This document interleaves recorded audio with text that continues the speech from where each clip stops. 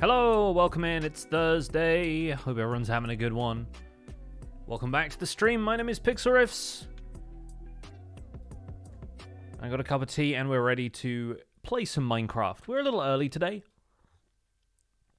Makes up for the fact that I've had late starts recently, I guess. I don't know. I'm not sure if we're going to finish early yet or not, but I was sitting down with a cup of tea at my desk. It was half an hour before the stream, and I thought, why am I just not streaming now? So I figured, sure, I'll do that. And here we are. Here we are. And I've got my cozy jumper on because it's really cold in the UK now. I mean, it's really cold compared to how it was a couple of months ago. So, yeah, just getting used to wearing the warm sweaters again. And so today we're going to be adding another platform to the skeleton farm. I've already made a start on that just to try and figure out where some of the parts where the piglins are going to go, and honestly it's looking pretty good. I think I will need to go and get some more wither roses, so we're actually going to go through almost like a step-by-step of how you set up one of these platforms anyway, because we'll need the wither roses, we'll need the piglins. There's a whole like variety of stuff we need to do, but now I have a lot more wither skulls, so getting the wither to spawn for the wither rose farm is nice and easy. To my new, thanks so much for the 5 months. Welcome back. Psyched for the rest of Empires? Absolutely, yes. Let's hop in and let's play. I think Azuma is already live. Pearl, Joel, and Mythical Sausage are currently on. So we've got a nice mix of Hermits and Empires on today. And I was looking down when I logged out because every so often an Enderman spawns around here and I almost look at them immediately. So I'm going to turn my overall volume down and probably turn the hostile creatures down to about 10%. We're probably going to change that again when we do the Wither Rose farm, because that involves getting a lot of wither explosions happening. But overall, this has been going very well. Got a few stone swords to get rid of. We have this much coal, this many bones, and a healthy supply of wither skeleton skulls rolling in. That's not the only one that's... I have like 3 stacks in a shulker box somewhere now. Am I watching the World Cup? No, I'm not. I don't really follow football. International football is the exception to that usually. So I'm keeping an eye on just like scores, but I'm not watching matches or anything. I'm just kind of vaguely curious. I heard Japan beat Germany the other day. That was kind of an interesting surprise, a cool upset. I'm going to try and get some of these guys off this platform so we can continue to expand it on that side. And if I just walk over this way, they should all just drop off and then they'll get... interested in some of the piglins. Can I chill while your meds do their job before you try to attack the day? Good luck attacking the day. I give you a +1 attack bonus. I don't know quite how I'm able to do that, but believe me, it works. I'm a DM, I know how it works.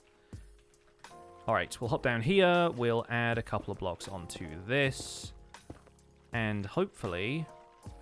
yeah, hopefully we should be okay over here for the minute.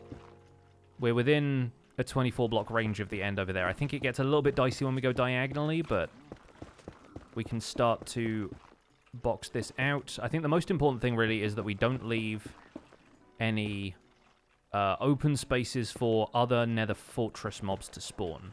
I don't want any blazes spawning around here.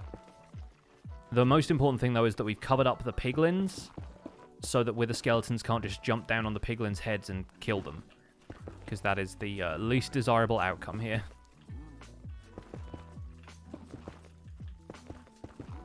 But that's already been a stack and a half of netherrack, and I only have like 2 stacks and change of the wither roses left, so we'll definitely need to watch ourselves a little bit here. And I'm going to be paying attention to the chat where I can, but this is also something that requires a little bit of concentration just so I don't end up getting attacked or withered by one of the flowers.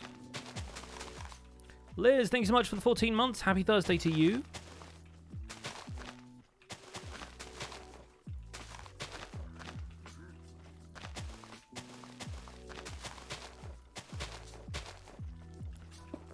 Okay, so that's another row of those. Yeah, we can fit... well, let's actually get a stack and 15. Because that's how many wither roses we'll have after I've planted one on this block. Oh, wait, no, 2 blocks. Okay, so a stack and 14. We can place 78 blocks. It's not going to fill up the rest of this space, so we'll definitely need to farm more wither roses. That's fine. That's fine. Cross Runner, thank you so much for the 18 months. And Jay Crispy with the 100 bits. Thank you for the 100 bits. That's got a hype train rolling for anybody who wants to hop on board. You can get yourself some exclusive Twitch emotes by subscribing, gifting some subs, cheering some bits, or resubbing even if you've got one handy. Jay Crispy with another 100 bits. Thank you so much. It's very generous of you.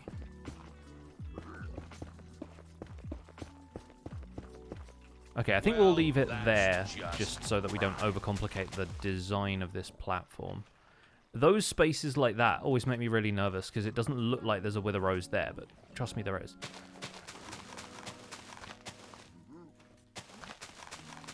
Been trying not to just hold down right click because that places blocks slightly slower than spamming right click does. And so sometimes I'll like skip over a block, or sometimes I'll even place a wither rose in the hitbox of the block I'm standing on, and that's never good.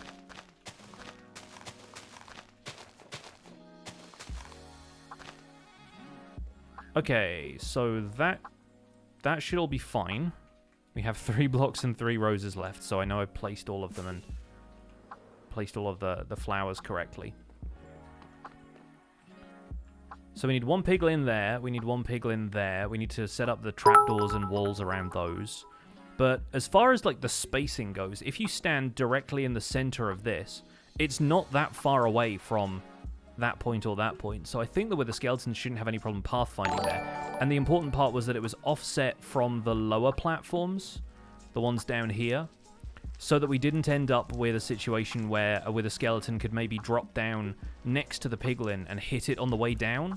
That was the one thing I was scared of, because I don't really want to move the piglins back into the farm after that point. But as you can see, lots of wither skeletons now spawning on top here. We might put a roof over the entire thing, but I don't think that would be a great idea. I don't know if having a roof affects spawn rates, but I don't think it would hurt. I mean, it's the nether, so everything has a roof over it, technically. The whole thing is a giant cavern. So I don't really see the cause for concern there, but I'm just thinking about it is all. But yeah, if I hop up here now, look how many wither skeletons are spawning up there and up there. And there's fewer of them down here, but that's mainly because... Yeah, there's one that got stuck in there. That's mainly because they're gonna like start walking towards the piglins and end up here anyway. So once we have all of them running in towards the center, that's going to be pretty powerful.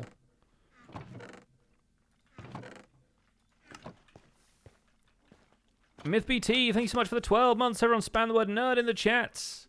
Thank you so much for supporting the channel for a full year. Welcome to the Nerd Herd. Enjoy that nerd sub badge. Pandora's Socks, thank you for the 100 bits. Elena with the 100 bits. The Wombo with the 9 months. Teeny Bit with the 200 bits. BPD Chris, thank you so much for that Prime sub. Brand new Prime sub to the channel. Enjoy your emotes and your sub badge. And Diamond Trash Bag with the 1,000 bits. Says, happy Thursday, everyone. Hope you all have a good day. Thank you very much. My day has been good so far. And likewise, I hope everyone's having a good one out there. McWeezus, thanks so much for the 300 bits. Wait, where's the ladder? I missed the ladder. I missed the ladder. I will need to get some boats as well for the piglin trapping portion of this. So that should be easy enough, I think. Don't go out there, it's raining sideways. It's been not too bad today for me, but I think it's probably going to start raining again this afternoon. Got all of my errands accomplished this morning. So I'm nice and happy with that. Got 30 seconds left on the hype train, and he wants to take us to level 2. Alright, let's hop in the boat. Make our way back here. Azuma's been dealing with the skulk over at Hermitopia on his stream, so we're not the only ones afflicted by Cubfan. Mercy Bonifay, thank you so much for the Prime sub, taking us to level 2 on the hype train, saving that train. Thank you so much. And KL Potter, thank you for gifting that sub to Musician Prime as well. Fantastic. Thank you so much. Gifting a sub to somebody who's been around for 18 months. Exciting times. Snow is dropping off roofs in Stockholm trying to kill everyone. Oh my goodness. Yeah, I've not lived in a particularly snowy part of the world. We get snow occasionally in the UK, but it's not a reliable thing the way it is in some more northerly or countries with higher elevation, you know. Hey Nico, thanks so much for the 100 bits. Yeah, down here on the south coast we don't get it as much. Bit more salt in the air. Warmer part of the country, that kind of thing. What's going on with Cub? You need to watch Cub's video to truly understand the scope of what he's doing. Or you can watch a section of my video from today. Hamp, thank you for the 20 months. Welcome back. Lovely to see you. The Great Turkey Revolt of 1789, yes.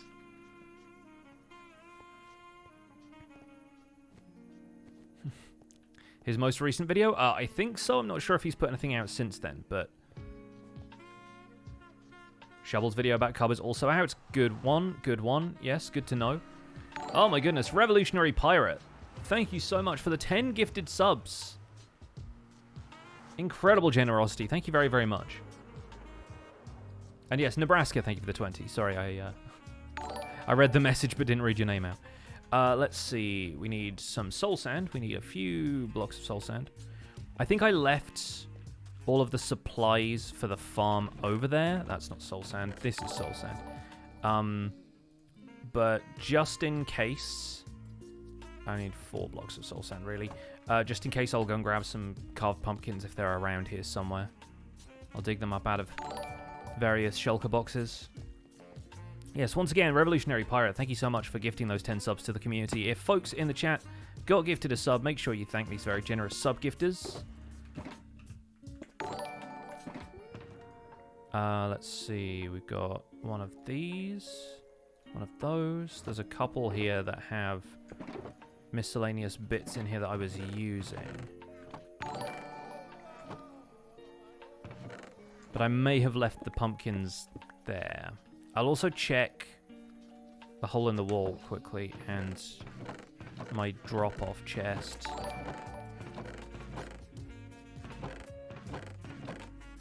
Yeah, I think I may have left them in there.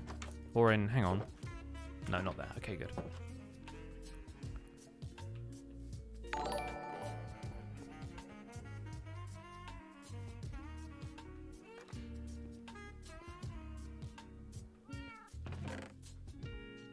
Okay, not seeing anything there or there. We've got 8 carved pumpkins in here. That probably means I've left the stack over by the end portal.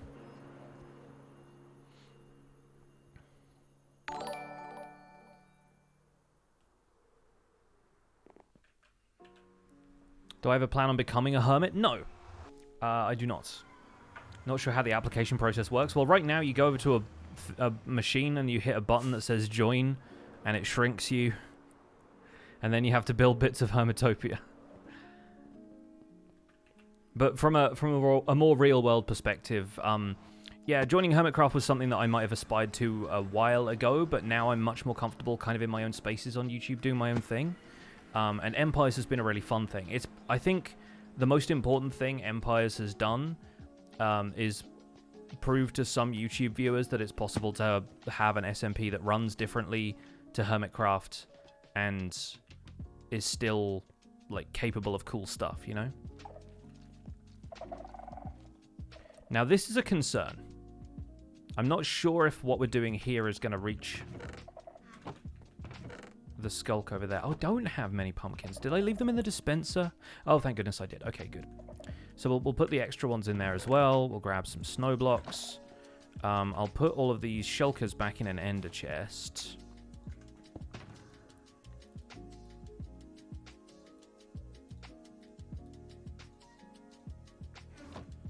And I think I'll just drop off a couple of other bits here.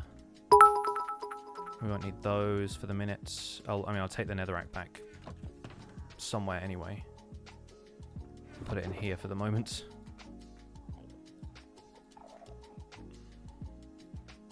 We won't need that, or the beds, or the totem, hopefully. Just clearing out some of this stuff.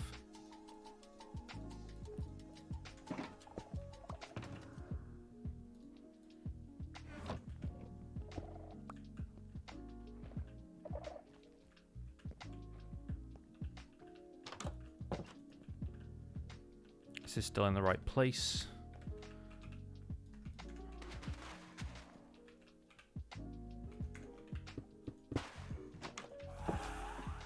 Just got to clear the portal for a sec. Oh, I should probably put some shears in the dispenser, shouldn't I? There we go. Now I need to turn that down. And that down. And hopefully we can hear ourselves think. Oh, good, I did put some shears back in there. Excellent. So this is the fantastic ENX04 with a rose farm.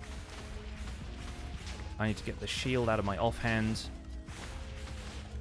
And so the Wither is underneath the portal, killing the snow golems as they come towards it. And they're basically forced to go towards it by the fact that we're generating so many of them. So a little bit of entity collision is going to happen. It looks like we're not affecting the Skulk either, which is good. Been on any good bike rides? No, the weather's been too cold and too wet for going on bike rides, unfortunately. I'm probably going to put my bike on the trainer in the next few months and just use it in the sunroom.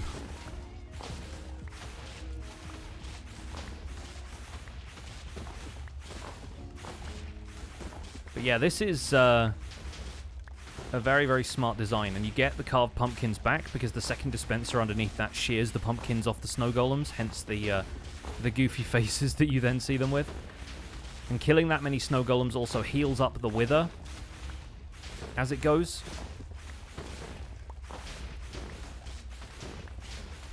But I just need to make sure I hop down here, get as many of the Wither roses collected up as possible. The Wither can't actually hit the player because your hitbox is too small. And the player is just less than 2 blocks high, where the snow golems are fully 2 blocks high. So it's remarkable how well that works. It also generates enough snow that you can replenish the snow blocks easily if you bother to pick all of it up. How to auto-click? I'm just holding down right-click. That's literally all you need to do. If you're looking in the right direction, you don't even need an auto-clicker for this. Sylvan Feather, thank you for the 300 bits, and Almond, thank you for the 16 months. Appreciate you guys contributing to the hype train.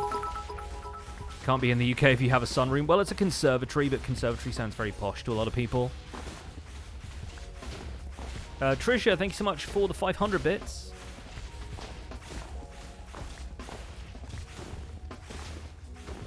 And yeah, weirdly, it's not really a sunroom because it faces north, but... What are we farming? Wither roses. Yeah, I do need to lower the volume a little bit. There we go. That should be fine. But yeah, this farm gets very loud.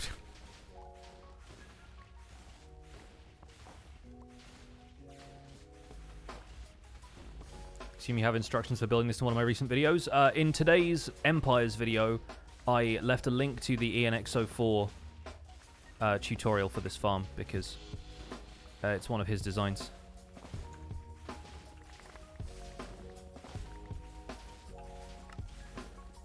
But yeah, it generates so much snow.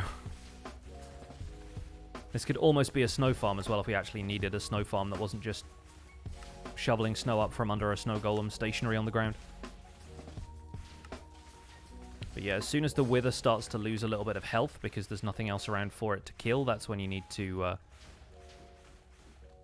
make sure you're up here refilling this. Oh.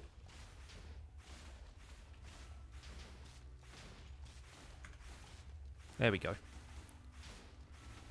Let's make the rest of these as well while we're at it.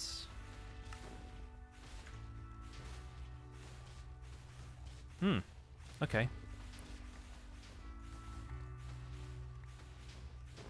Yeah, I just need to make sure that I'm looking at the right block here and not looking at the top of the next block. Seeing how well this works, I don't need to build a rose farm using Enderman now. It's more manual, but it's fast. Yeah, that's the thing. Like, this is absolutely a compromise. I would build a long-term Wither rose farm if I felt like I was going to use them for anything other than this. But, like, Scott already provides dyes, so I'm not worried about getting black dye set up. And all I needed them for was, like, enough Wither roses to fill out this platform for the Wither skeleton farm. And that was going to be easy enough just using this method. I was considering just spawning in a bunch of snow golems anyway, and then I looked into this method and just thought, okay, this is just dead easy. The alternative was, like, hatch a bunch of chickens, breed a bunch of chickens, throw a poison potion on all of them and then spawn the wither, but then this is a method that you can just keep going for as long as you want to, you know?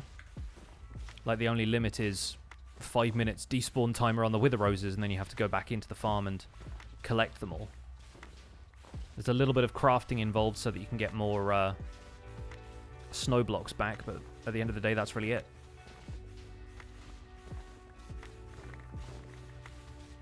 Alright, I think there's probably a few more wither roses around here, so I do need to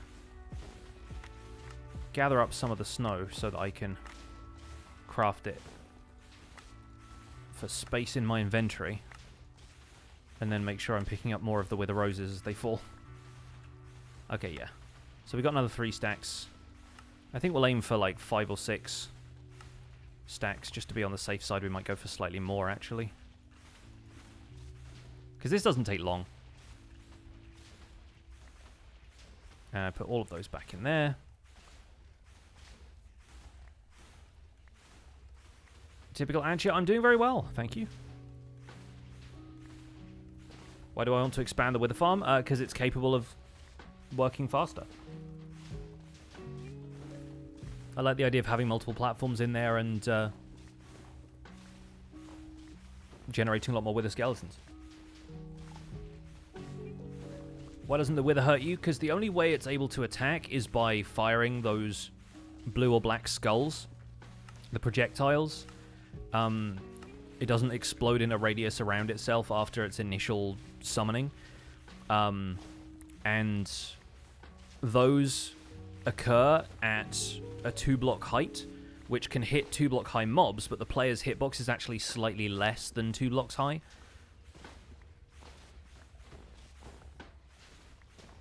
If you kill the wither after the farming with the skulk near their spread, I presume not, because the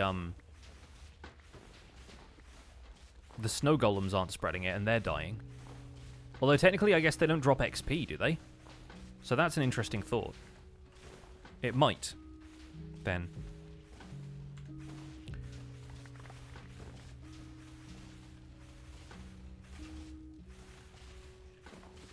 Okay, a couple more roses over here. Let's try and throw some of these out to get another stack of wither roses going.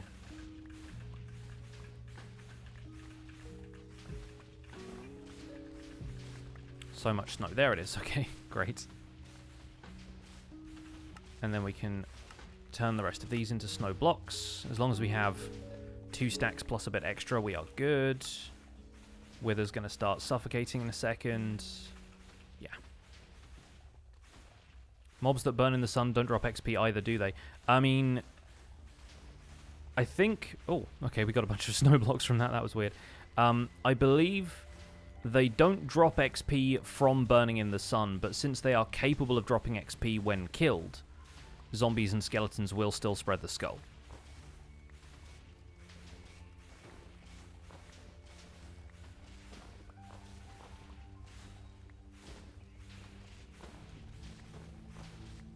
But snow golems don't drop XP when you kill them anyway. Otherwise, you'd be able to farm XP this way, you know? If you think about it. Oh, this goes on for ages. I don't like this one. There we go.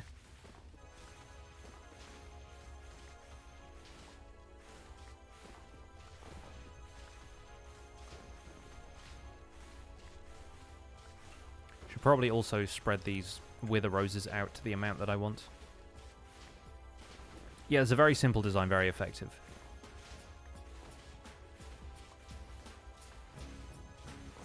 Snow golems do have weird faces, but they're made out of coal, so I mean... Can you set up a dispenser to auto-place the snow blocks as well? Only if you could make snow golems out of powdered snow, and I don't think you can. But dispensers can't place blocks normally. There are some exceptions to this, because, as you can see, they're able to place carved pumpkins on top of snow blocks to create a snow golem, or an iron golem, in the case of iron blocks. But they can't normally place just any old block. Like, it doesn't work that way.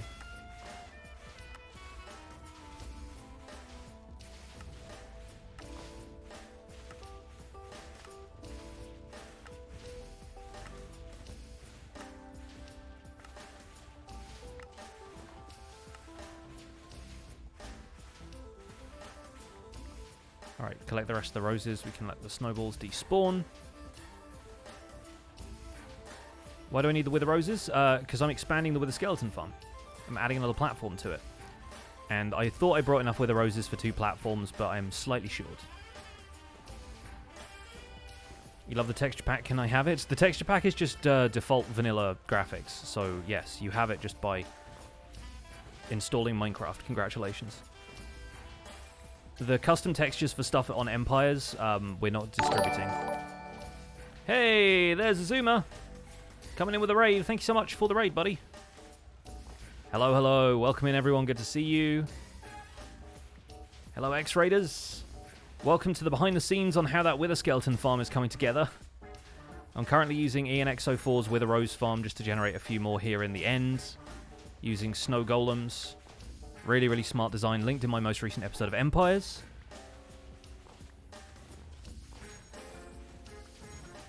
Do I have a tutorial for it? No, because ENX04's tutorial is already very good. So I didn't feel the need to just reproduce his work.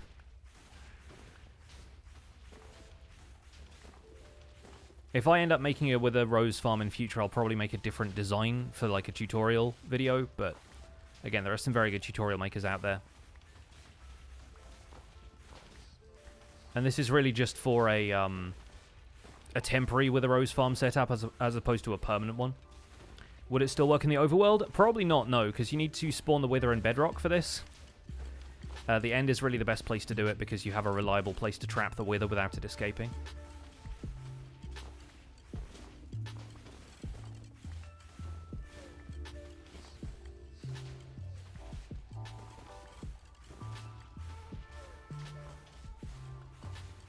Wish you all would go through your PC builds. I mean, I have a setup video from a little while ago on my channel, but nothing has really changed about my setup since I made that video.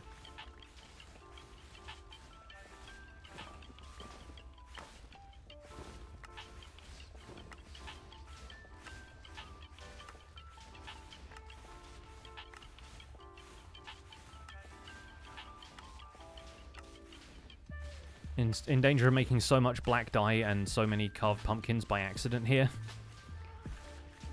Especially annoying when I throw all of my torches on the ground and every other thing that's been dropped around here is snowballs. There we go, we got them.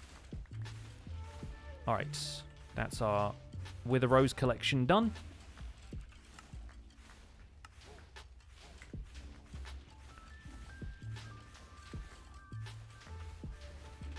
That's Jimmy.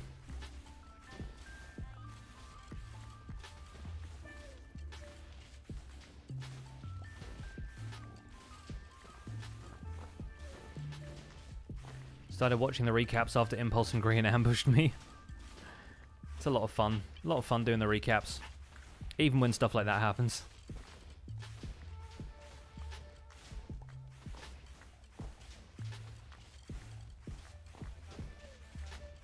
Put one Wither Rose in multiple slots? You mean like I did a minute ago? Yeah. The only reason I don't have that now is because I picked up a lot of Wither Roses.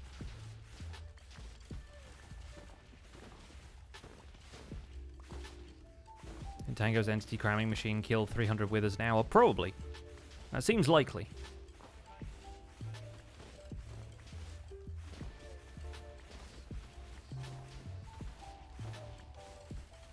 I'm not necessarily doing this so that I can kill a bunch of withers, though. I'm mostly doing this so other people can kill a bunch of withers. Like, I like being able to trade either beacons or wither skeleton skulls, but I think I'm going to favor the skulls. It kind of feels right for me as the kind of the archaeologist and the historian to have a bunch of skulls lying around, you know? That's sort of the way I'm seeing it. I think that should be enough Wither Roses for the rest of our platform, so I'm just going to kill this guy.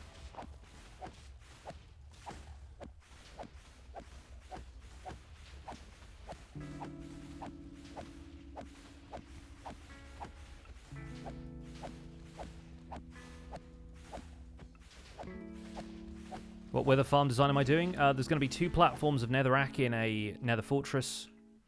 Oh. Well, that's happened.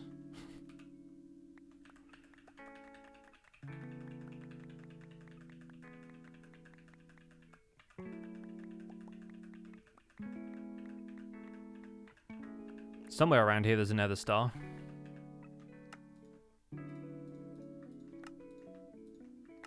This might actually clear up the snowballs a little bit faster. Perhaps more permanently.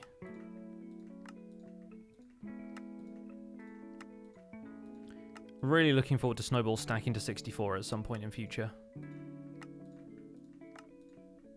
Okay, there's the wither heads. There's the star.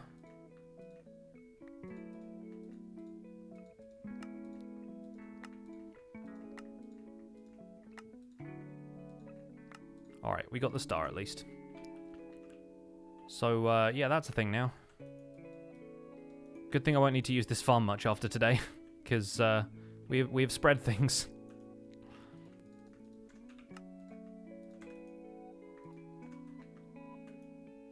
Oh, there's some spare fireworks in here. I will take them. Oh, wait a second. Oh, that's not good. Don't want to swap them for those. I almost ended up exploding in midair for a bit there. Alright, let's turn the sounds back up, because I'll need block sounds for this next part. Oh, I'm in my trading village. Forgot that I last set my spawn there, which is good, actually, because it means that I'm not going to be over at my base in case it got dark. So the wither killing those snow golems was how we were getting wither roses. Yes. Again, there's a link to ENXO4's tutorial for that in my video on empires from today.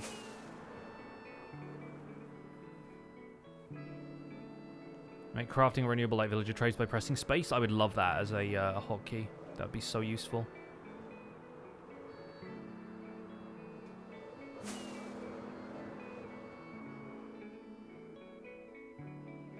Alright, we'll throw this in here, so we don't end up mistaking that for a wither skeleton skull, although I think they do look a bit different. I think the wither has white eyes. Let's throw the nether star in here with the beacon. Azuma's back. And I guess I've got to grab a bit of netherrack as well. But Potato, thank you so much for the 15 months. Does it work on Bedrock? Probably not. I think there's different ways of trapping the wither on Bedrock. I'm not sure if the rest of the mechanics work the same way, so...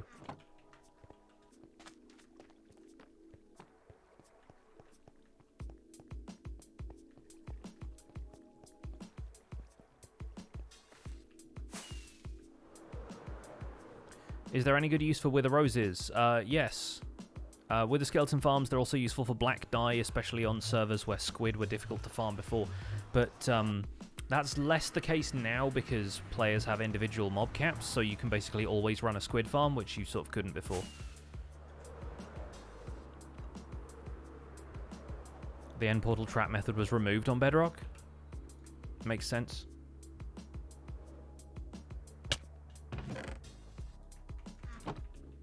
Take a couple of boats for the piglins to get trapped in.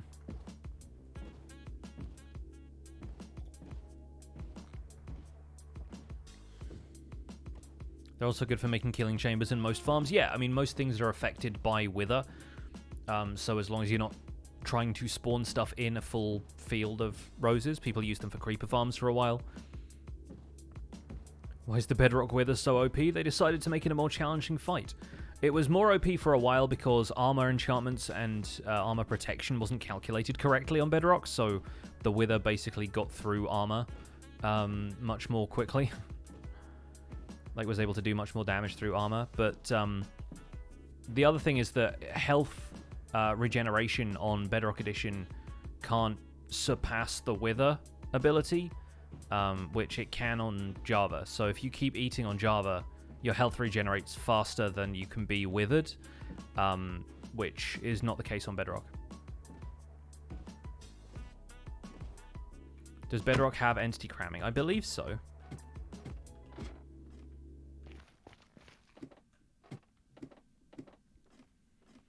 You go so fast that it sometimes looks like you're moving backwards. Yeah, it has that kind of weird frame rate effect.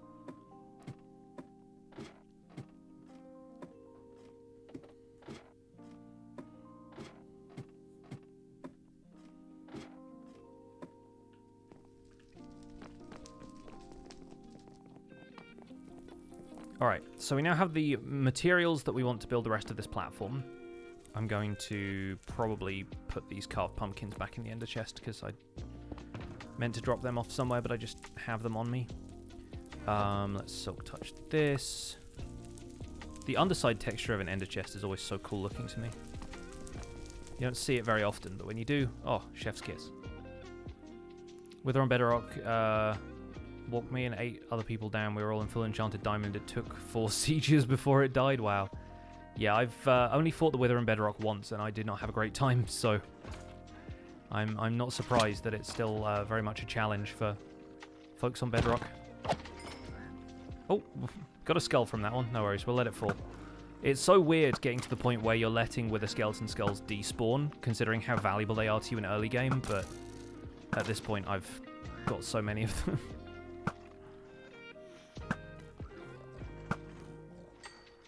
It's one of those weird, almost like paradoxes of getting to late game, is just how ridiculous it becomes getting certain resources. Oh, I didn't mean to do that at all, did I? I'd be fine doing it when I was up here, but I want this to be blocked off properly. I haven't finished building the outside of that. Well, you lot can go away, first of all.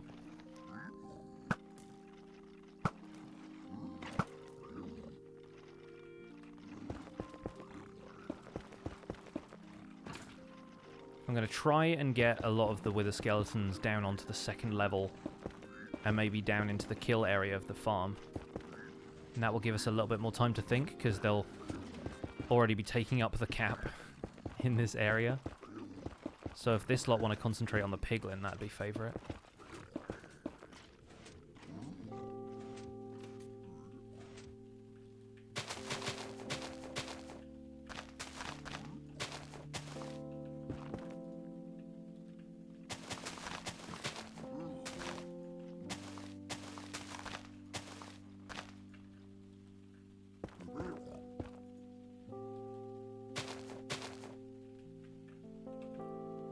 And unfortunately, while Wither Roses are a deterrent to other mobs pathfinding towards you, not so with these guys.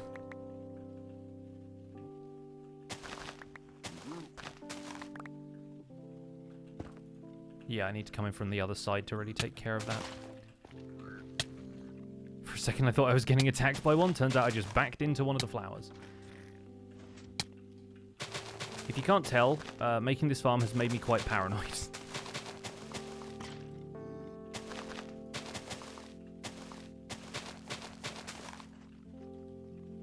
And doing this bit systematically is actually kind of a headache.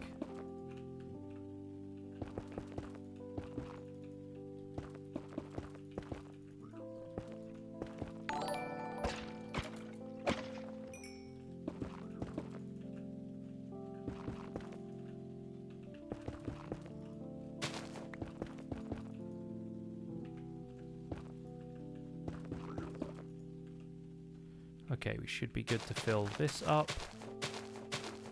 Alright. We're out in the open.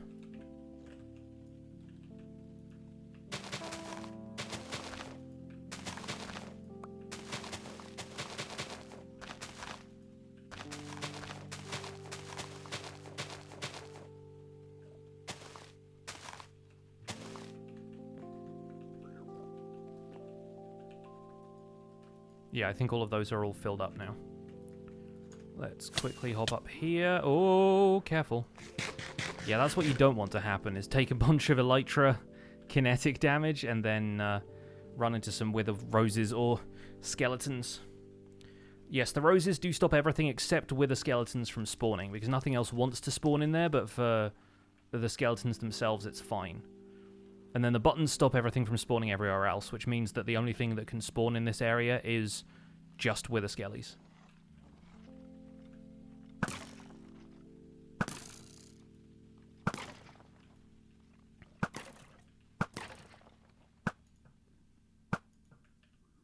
I think the alternative to this, if we didn't have Wither Roses in the game, would be to do a general fortress mob farm, which would be a little bit slower at getting the skulls, but they can be quite powerful. You can use slime block flying machines to sweep them all into a specific area and stuff. Like, there's a lot of smart stuff you can do with those. Yeah, I've definitely over-prepared for this, but would rather do that than under-prepare, you know? And now it looks like we're only getting a couple of skeletons spawning here, so we should be okay. Let's hop up this side.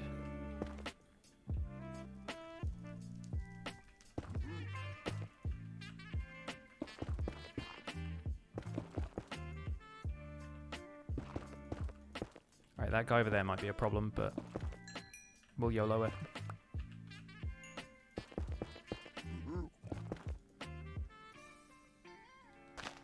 Except it's Minecraft, so you only live an infinite number of times. Theoretically.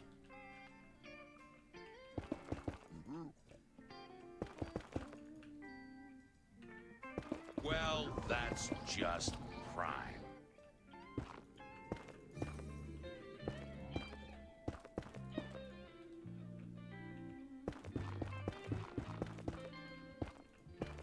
Does anyone know if parrots can mimic sounds of the mobs with note blocks with their heads on them? I don't know. It could be possible. But I don't know whether the parrots are picking up on the presence of a mob in the area, or whether they're picking up on having heard the sound, if like the sound effect is generated near them. That's an interesting question. Mechanically speaking, I don't know much about parrots because the mechanics were never all that useful to players. Wither roses destroy items. Nope. As you can see, still bones and coal wherever I've killed a wither skeleton. They're not like cacti. They don't have collision in the same way either. Thankfully. Imagine if wither roses were like sweet berry bushes, though, and like you moved slower through them and that kind of stuff. That would be so nightmarish for building a farm like this. If you could move slower through them, but the wither skeletons could move at like normal pace, that would be horrendous. Yeah, let's not give them that idea.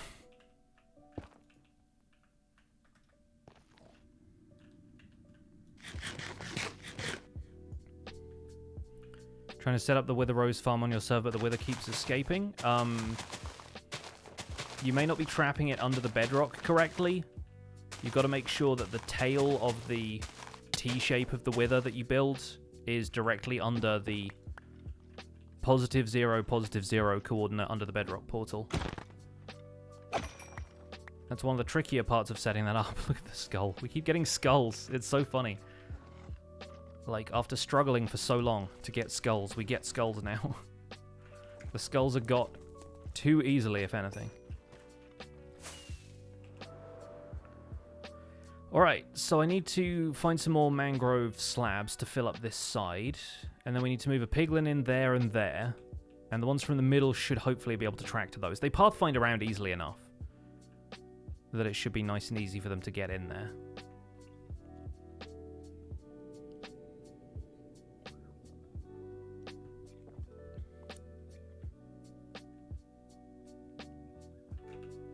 Let's quickly check my shulker boxes, because I think I still have the trapdoors for the intersections there. Still remember several hermits getting that wrong and inadvertently starting a room at the end portal. Cheesing method was fixed, I know. It's so funny, like, whenever anybody from a prominent SMP like Hermitcraft or wherever, Hermitcraft is one of the obvious examples, but it's not the only example. Whenever a rumor starts that like some aspect of the game has been changed, like remember how in one of the previous versions, I can't remember if it was like 117 or 116, something like that. Oh, we've got some mangrove logs there, perfect. A bunch of people decided that like diamonds were less frequent. And they were having trouble finding diamonds, and they'd always found diamonds so easily before that they were like, diamonds must have been nerfed. And like, it turned out to be sort of true, but not to the extent where anyone would really have noticed. It was just that the distribution had changed like in a tiny amount. But then suddenly everyone was like, there are no diamonds in this update. Like, Mojang has nerfed diamond spawns. Why?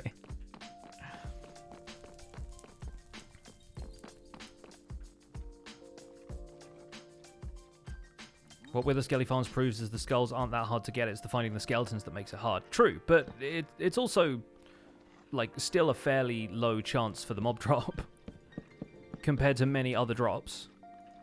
It's just that, yes, if you put together a lot of these mobs and you have looting on your sword, then you're going to get a fair amount. I'm still getting, you know, upwards of 10 times as many coal and bone drops as I am with the skeleton skulls, you know? Didn't help that Mojang actually broke diamond ore distribution in Bedrock at the same time. Yes, and stuff like that does happen, but the rumor spreads that you can't find diamonds in Minecraft, and people assume you're talking about Minecraft Java sometimes, or vice versa, and you end up with a lot of people getting ideas like that. Alright. Nerfs were diamonded? They were. Okay, I actually need about twice as many trapdoors, because I'll need 8 for the other side as well. So that's that. The slabs are all made up, that's fine. I'm going to need more of those to move the piglins later, so that we can get the piglins in there. But overall, I'll need even more. I will need even more trapdoors than I currently have, because we'll need those to go around the piglin as well. Yeah, okay. We'll make do. We'll make do with what we have for now. We might need to go and get some more. More mangrove. Thank you.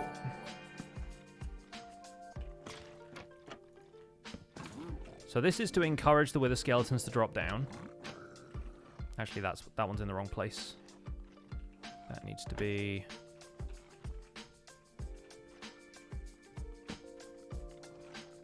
Ah, no you don't. Thank you. That needs to be on there. Ah.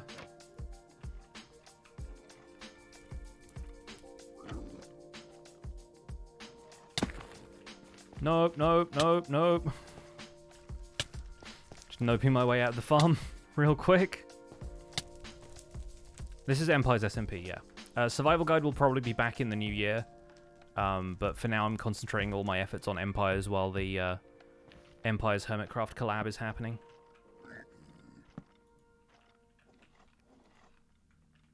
Okay, I think that's not ideal.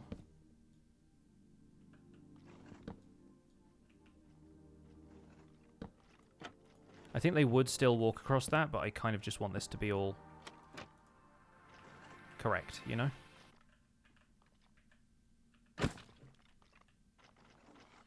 By the way, this behavior right here, what you're seeing right now, that's why we put walls around the outside of this.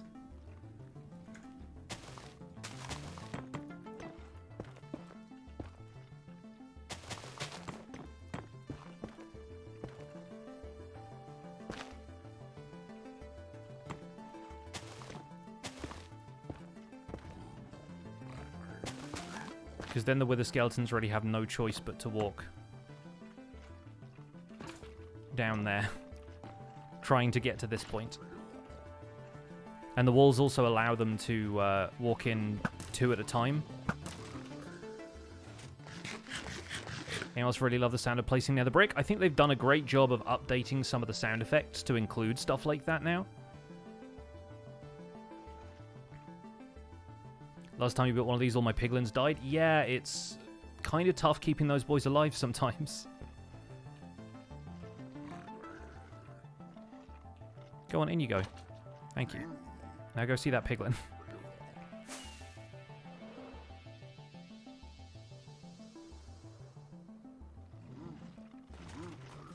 Oh, landing there is always a tricky business, especially I kind of lost control for a second there.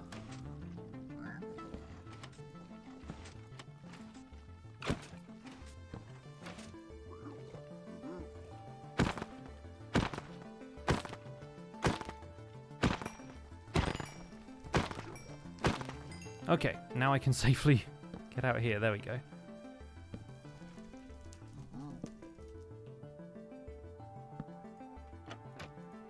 Oh, that one's wrong.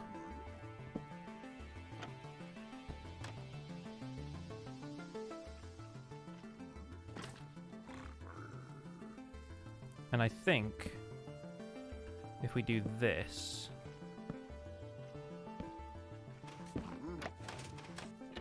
and have the piglins standing in here, they should still be safe. I'm pretty sure that's how it works. Right? Because that's how it works down here. We've got one block and then the piglins standing there. Gonna keep a torch in there for now. Okay, so I need a bit more mangrove woods for trapdoors. But then that one there is ready for piglins as long as I can put blocks around the outside and wattle.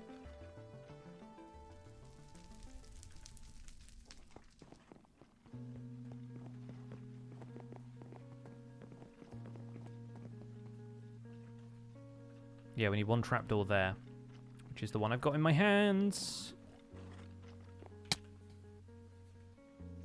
Huh. Walls around this would help, I guess. Well, just broke a wither rose.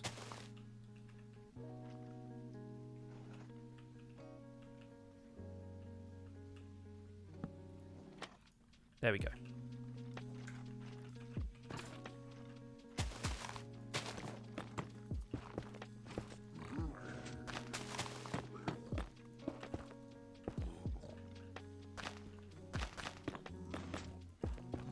Because, yeah, those corners are really the only place where the skeletons can hit the piglin. If it's standing in here, you just got to make sure it has a block or a slab over its head. Yes, new level on the farm. That's the idea.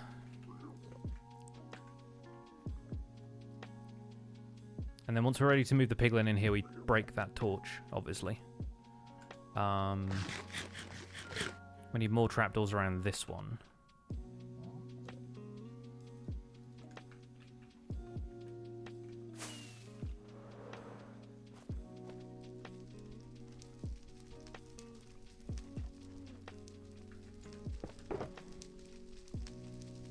And yeah, I don't really have any other...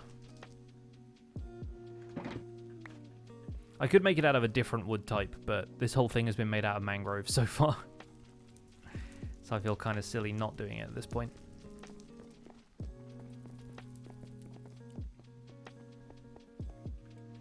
Aside from that, we're ready to bring in 2 more piglins. Let's quickly hop down here and make sure we kill anything that's just sitting in the farm. There's a lot of them right now.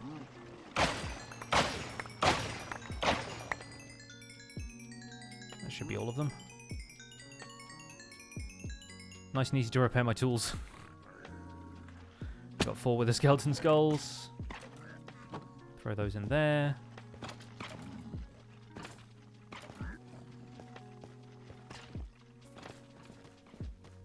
Currently eating cold leftover pizza for breakfast. Nice, I had some for lunch yesterday.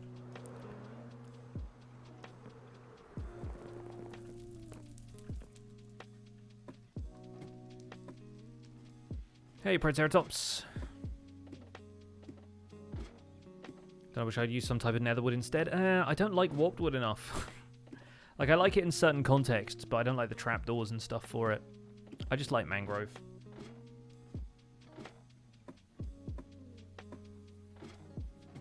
Do you put a button where the piglin stands to spawn-proof it?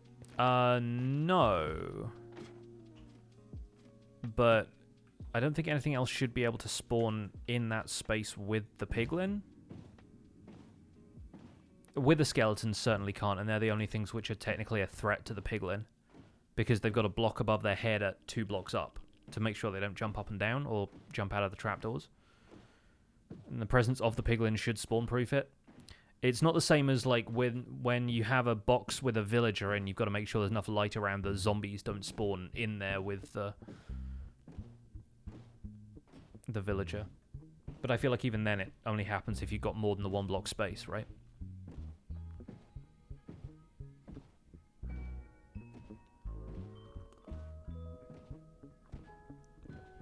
But yeah, I think collision rules and stuff like that dictate that if there's a mob on a block, then other mobs can't spawn there. It may be limited to specific categories of mobs. I don't know enough about the mechanics.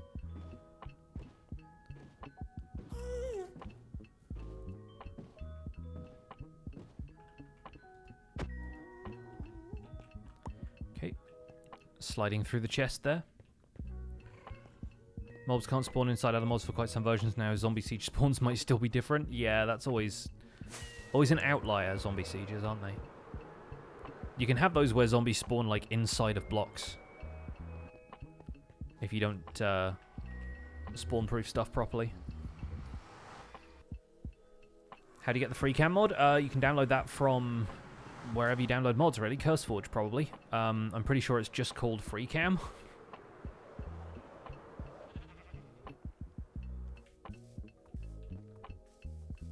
Zombie Sieges can still happen in 1.19.2. Yes, they can. Mangrove.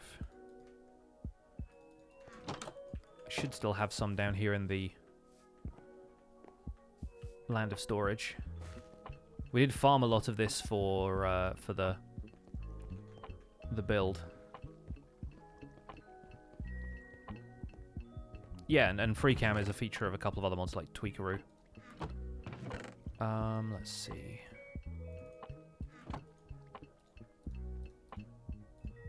We'll need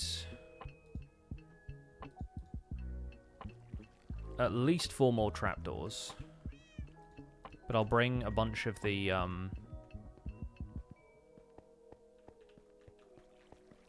mangrove planks with us just in case. Let's see if we can get through the portal before mobs spawn around here.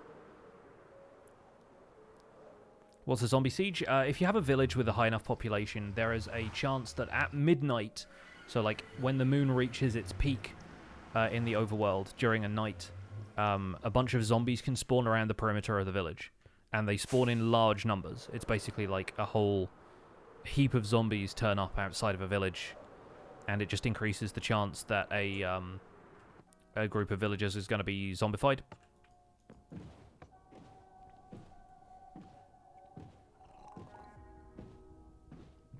But it only happens with a village of a high enough population with enough points of interest, which is why you don't see it around... with enough beds, I think, specifically. So you don't see it around villager trading halls very often. But, yeah, like a village with enough beds and a population of above 10, I think? Or is it 20? Only happens if a randomly chosen player is inside a village with enough inhabitants. Right, so it's also player-specific, yeah.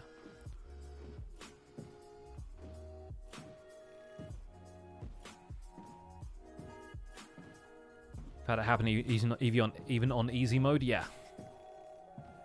Yeah, it tends to be a thing.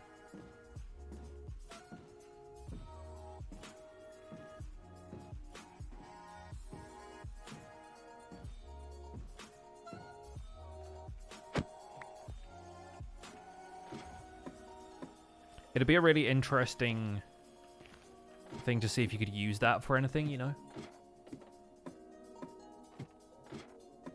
Had zombie sieges happen around 1.12 iron farms? Wow. Yeah, if 1.13 fixed anything, it did fix that. Or 1.14, sorry, that's really when iron farm mechanics changed, right?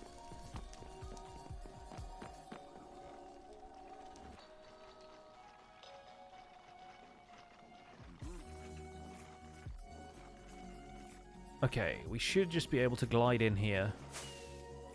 A light on the top of this block here. Poorly, it turns out. Oh dear, oh dear. My shield broke. Was not expecting that to happen. Good thing I brought a lot of wood planks. I must have an iron ingot somewhere as well.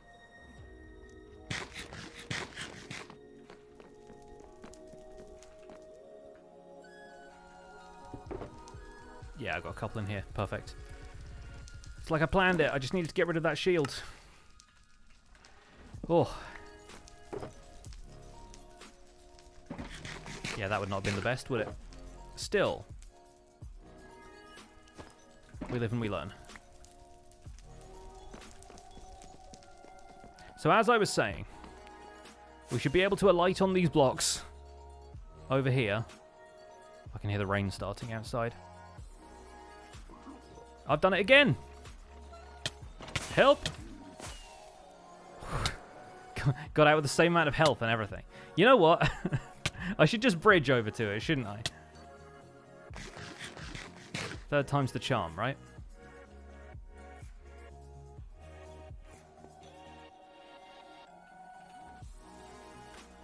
We should be able to alight on these blocks perfectly comfortably and without any issues. Thank you kindly.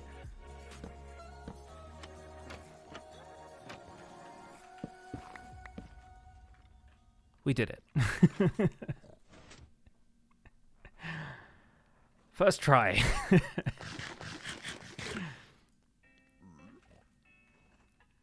What pack do you have that changes the shield item icon? It's exactly the same. That's just what shields look like, I think. On Java they do.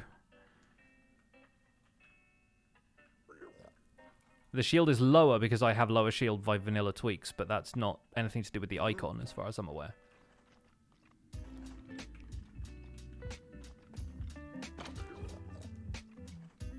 Get in, loser! Okay, so... next thing we need to do... get a couple of piglins. Make bridges out to the center of there. Trap a piglin inside of the trapdoors. Should be able to get them to follow us up here. So really the only thing we need to do... excuse me, sir... is get this one going out this way.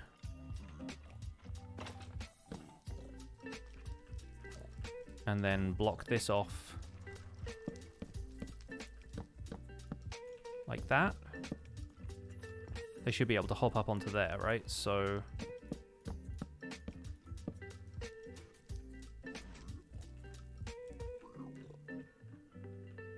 we need a way of me getting up here.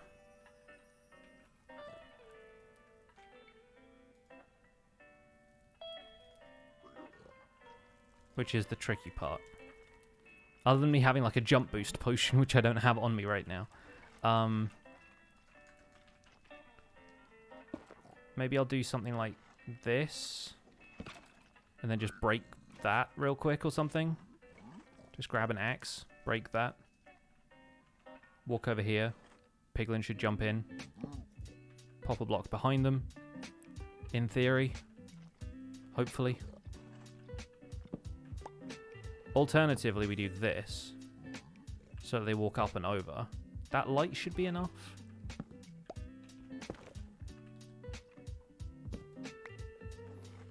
And then I just need to hop up here and then place a slab there real quick. And then they should just walk in.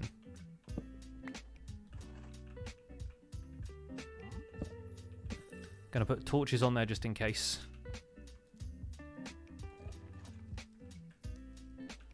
Alright, let's give this a try. Let's see how this goes.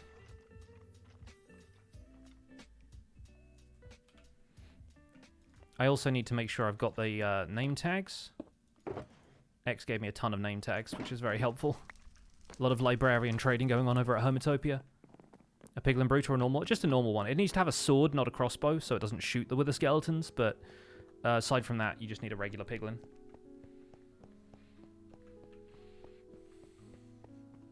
They're just a pain to get into place. I might need to craft another trapdoor. But yeah, we got them to follow us down this way. They really don't like running on slabs all that much, but they will do it if they have no other choice.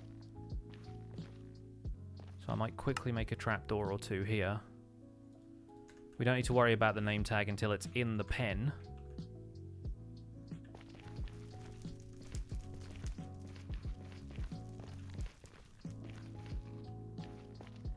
And it's really just a matter of flying around here until one spawns. Yeah, brutes would work too. There isn't really a bastion around here that I've seen. There probably is one somewhere, but I've not encountered it. And brutes don't despawn on their own. It's the only real advantage to them, but you can just name tag regular piglins. Not the biggest problem. There's one down there. Will this get up onto the bridge here?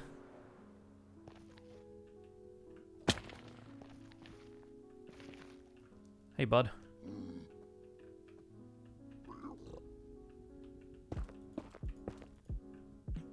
Let's see if he wants to come up here and follow me. Well, he's going. Then he lost line of sight. Okay. Yep, he's following. Good. Good, good, good. The main trick is just making sure they don't fall off this into the lava, really. Okay, I still hear him snorting. And now he's gone. Oh, he's on his way. Come on. Alright, we got him. Having a piglin brute on a farm has to be a big flex. I mean, you can move them around okay using boats and minecarts and stuff. They're not too hard, but they can be a bit of a pain.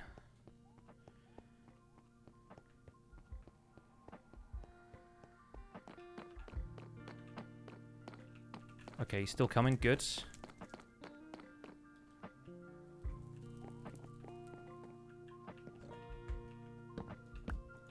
Well, that's just prime.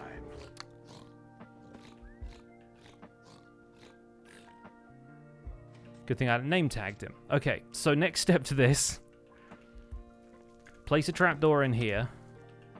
And make sure there are guardrails.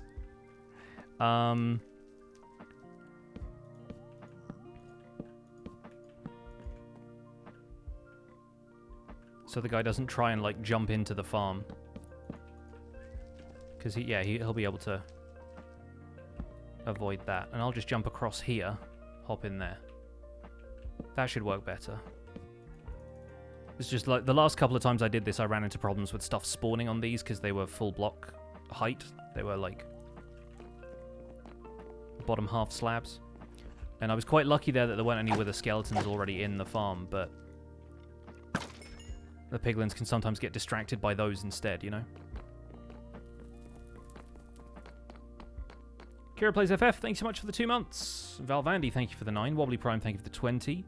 Salient with the 14, thank you both.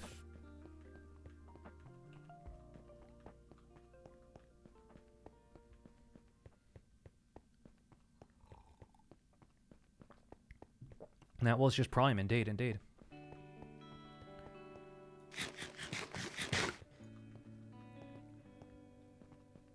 Okay, let's see if we can get one from up here this time.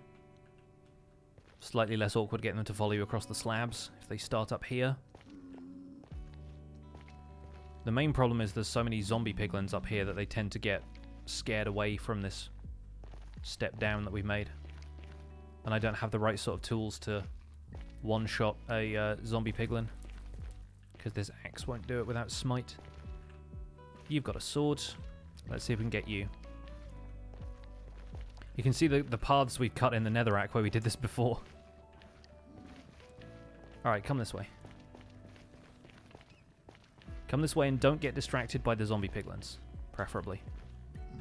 Like, this isn't going to be ideal because there's one right up here. But as long as he doesn't get immediately frightened. Yeah, I think we're okay. The scare range is not as big as it seems. Whoa. Yeah, it's like 6 blocks, like 4 to 6 blocks.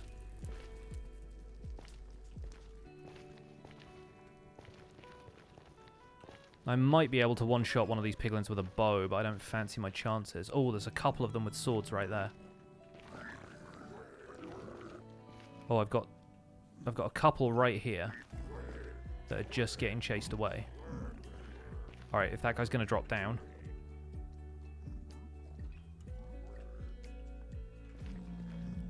There was one there who looked like he was going to try and drop in on me. Come this way, bud. Yes, we're in business. Alright, we got him.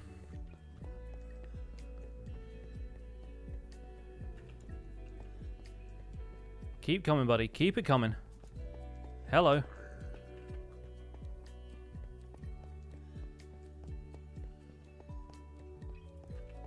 Okay, we're good. We're in it for the long haul now.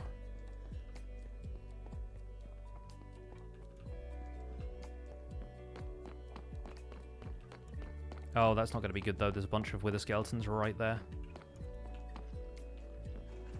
He's going to get distracted and fly off. Yep, thought so. Maybe need to extend our little handrails for a section of the farm here.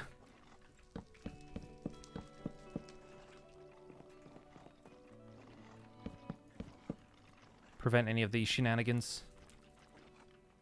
It's difficult, though. Gotta have them track in from such a distance. Wait. Do I still have spots to jump up there? I think I do, right? Just need to make sure he can't get to me up there, but I can jump that. That's easy.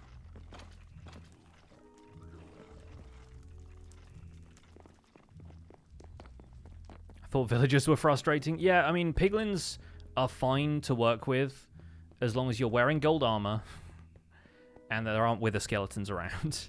But then if you want them to go anywhere, the easiest way to do it is for them to follow you this way. And you can't wear gold armor for that, and then they will usually retarget wither skeletons because they dislike them more than players, apparently. But each time we run over there, we're going to recycle the spawns over here, so all the ones that had spawned in with swords are now gone. We have a couple over here, though.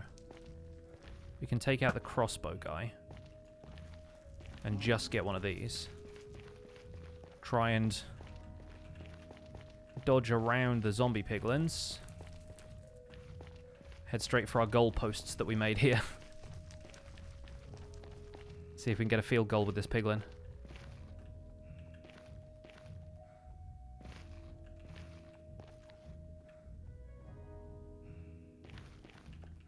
Some Thanksgiving football references there for you. They call it the pigskin, don't they? The American football. Can you break piglin crossbows? I don't think you can. Hi, Ollie. The problem with piglins is they always try to walk it in. I mean, we're trying to walk it in right now, actually. That's part of the problem. Okay, now don't get distracted. Good, good, wonderful. Up here. Get in, get in. No. One more step, I swear. Alright, he's in there now. As in as he can be.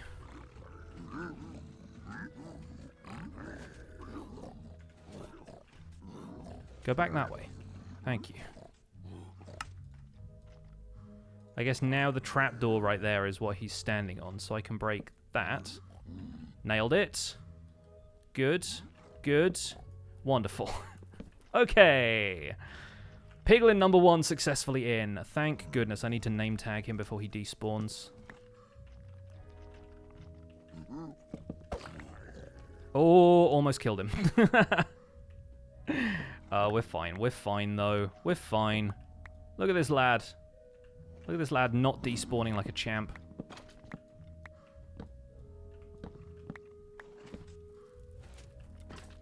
Okay, and that wither skeleton can't hit him. Perfect. Oh, you love to see it.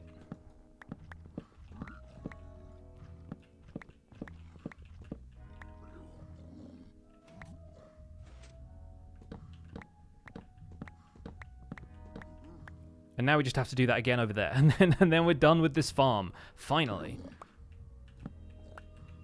Because I don't plan on extending it any further than this.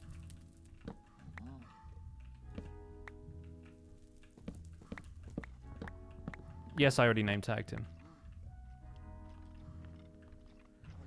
So this next one, we actually need to clear out these blocks, because there's no way the piglin will duck under these.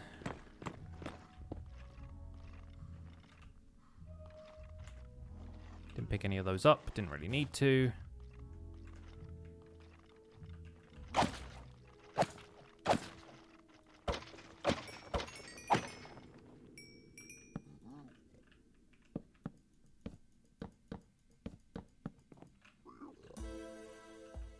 Okay, we have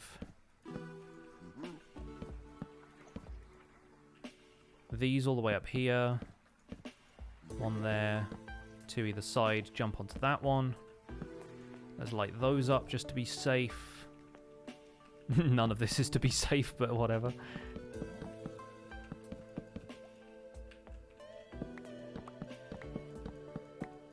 And again, the main trick is going to be making sure that the piglin doesn't jump off into the wither of roses to try and attack some wither skeletons. So we'll grab a few more slabs to make sure that doesn't happen.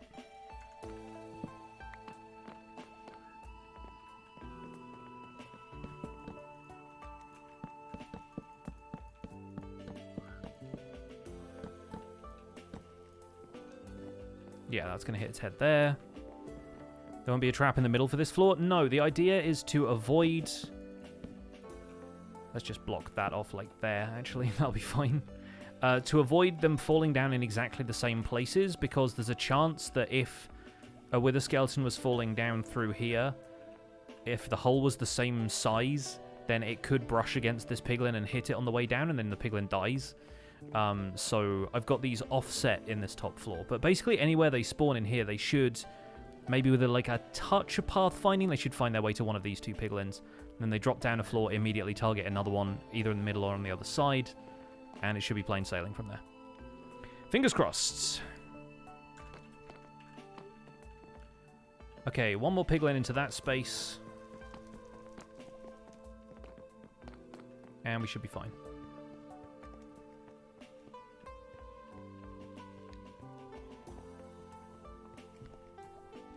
Then I'll be able to show you how the whole thing works. The main reason for this second platform in the first place, the farm was quite productive before, but the way we, where we stand to AFK at this farm, or to kill the skeletons, is basically slightly too close to the center of the platform above. And that means the, I need to get rid of this guy, hang on. There we go. And that means the wither skeletons can't always generate directly above you when they spawn in each, spawning pass on this farm, which means having a second platform higher up increases the odds of them spawning directly above.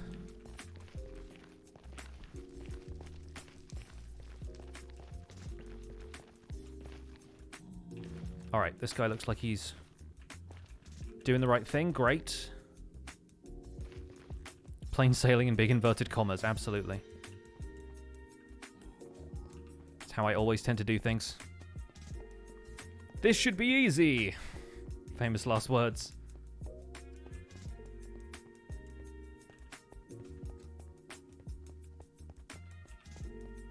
When they sprint, they really keep up with you, though. Oh, that's working splendidly. Piglin over there is doing his job.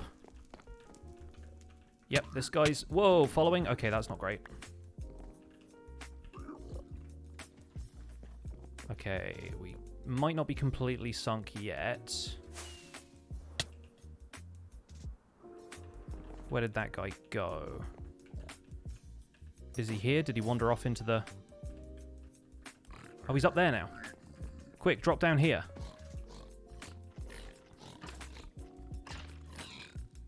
He died a valiant death. Let's try that again. Only this time, we need to block off this part of the fortress so he can't go in, and I need to not fall off the platform. Let's use nether bricks for this. There we go, okay. Just one more. Why not lower the killing chamber? It's already set up. I don't really feel like messing with it too much. I've got like a item filter there and everything. But yeah, there's other situations with it. Honestly, though, a multiple platform farm is going to be faster anyway because it can bring in more wither skeletons constantly. Okay, let's eat a quick golden carrot while we can.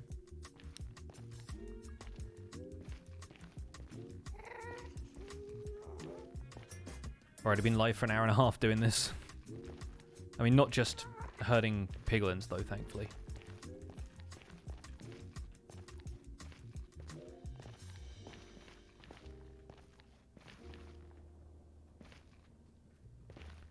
So a little patch of crimson forest over here, which we might be able to... Hello?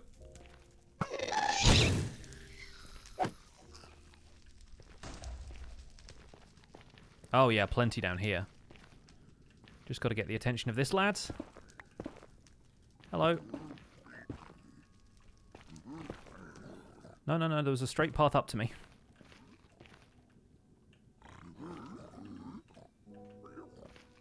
Oh, there wasn't. In the end. You can get to that, surely.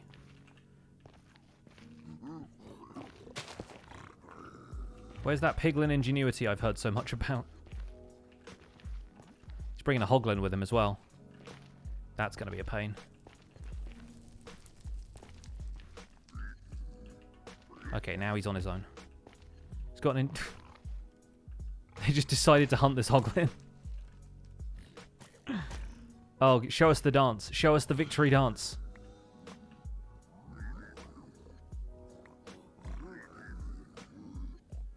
Alright.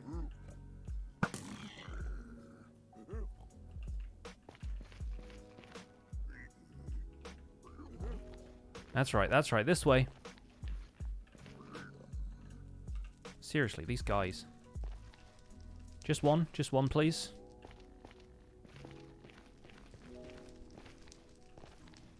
Hoping I'm going to leave one of the others behind. We've got 2 of them on us right now.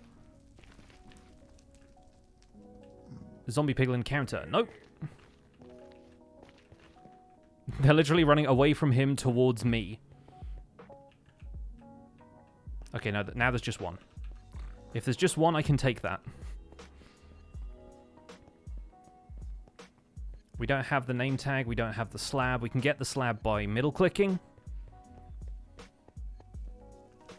Okay, yeah, he's still there. Good.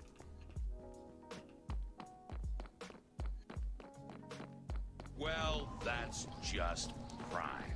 It sure is. Give me a second. Oh, he's still there. Excellent news. Nailed it. First try. Let's pop out the name tags. Name tag that lad. Break out all these blocks. Whoop.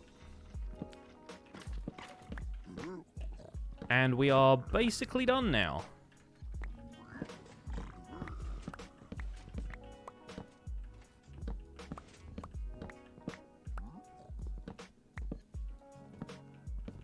Let all these mangrove slabs despawn, much as I want to keep them.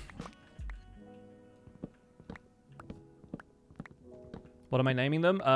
Azuma just gave me a bunch of name tags that are named Don't Despawn, so they don't have particularly inventive names.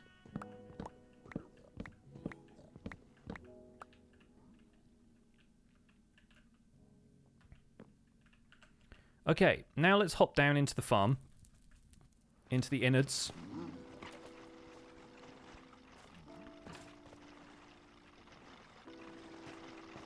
Where there are already a great deal of wither skeletons.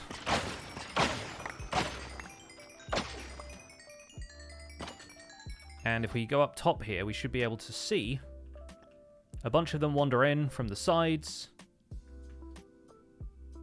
They get a little bit caught up dancing around there for a second, but then they immediately target that guy. This one is... Oh, that one's full. Oh, wait, no, they are going down. They're going down the yelling timber. And what's happening to this? Okay, there's a couple there that are stuck. I still haven't quite found the best solution for this part, but...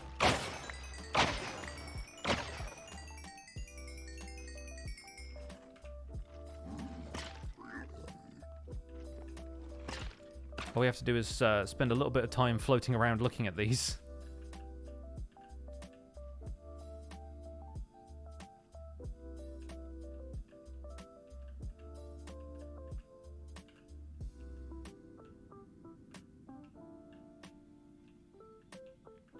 I think this one...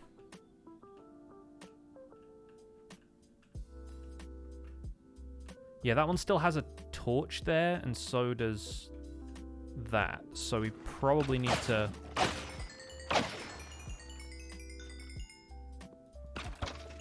probably need to go and take out those torches somehow. How big are the platforms? They are 3 Nether Fortress intersections, which I think is like 19 by 19. So it's like 3 19 by 19 squares all lined up next to each other, basically. It's something like that.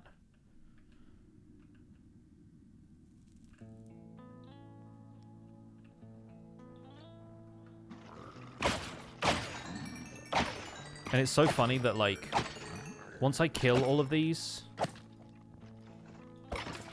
if I go back up here, it looks like it's not been all that productive. Like, it doesn't look like a huge amount is happening, but that's because they're already making their way down into here.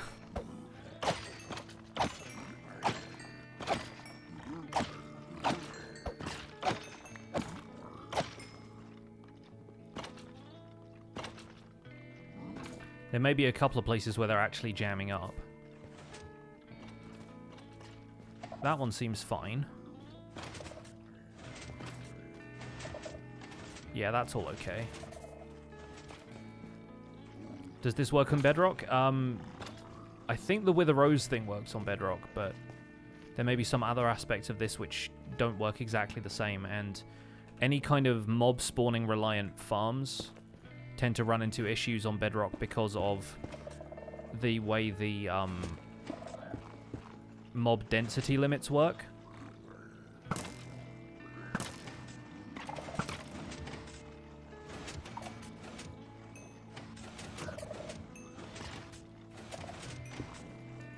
But with it, like, any kind of structure-based farm on Bedrock is different anyway. Like, if you look at Guardian farms as an example, there are specific blocks on which Guardians will spawn. And I think the same is true of Nether Fortress mobs as well, meaning that with a little bit of work, you can actually make a very efficient Wither Skeleton farm. Just based on the way structure-based spawning works.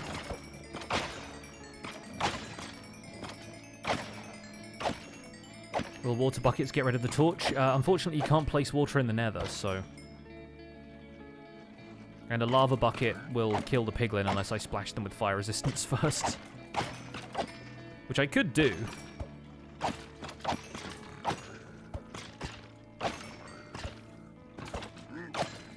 But I might also be able to reach the torch's hitbox as long as the piglin is facing a specific direction.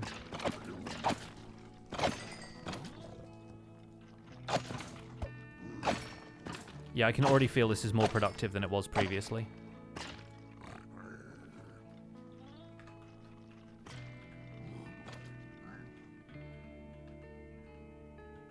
I really wish the Wither Skeletons would just walk one direction or the other.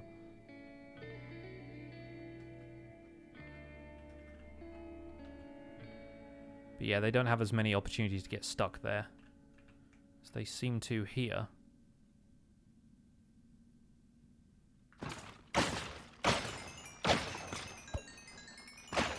Why remove torch? Because Wither Skeletons spawn in higher light levels than most mobs, but they still need a certain amount of darkness, and so having 2 torches there basically means that, like, right here, for example... Oh, let me go back in my free cam. See, Wither Skeletons are still spawning around there, so I think it's benefiting from the fact that Wither Skeletons have to have, like, a level of 11 to spawn, so that you couldn't get one spawning, like, right here, but that's basically the only places they can't spawn, so I might as well leave the torches there. I think it might be too much hassle to dispose of the torches at this stage. What are the rates? I haven't really benchmarked this farm, but when we were messing with it on the last stream, I didn't have the second platform, and I was still getting like a stack of Wither Skeleton Skulls per hour, and that was not constantly using the farm. It was like coming back to the farm every so often to kill them, and then I was like working on improving some of the other stuff around here. So let's hop down here for a sec. I think I want to add hoppers to each of these so that we don't end up disposing of all the bones and coal once those fill up once. I don't know how much iron I have in my ender chest, but let's dump all of the rest of this stuff in here. I didn't need the boats after all. I was expecting to use the boats a lot more. But yeah, we're basically full up on coal. We're already full up on bones. This, by the way, is why you only put 4 items in this part of the item filter, is because if this fills up to a full stack and there's more than 4 items there, then this comparator signal gets too strong. It activates the circuit next door, and then this item filter and its contents drain into the chest, and that one breaks. And then whatever items go across here, like all of the stone swords and stuff, would just end up filling up this slice of the filter.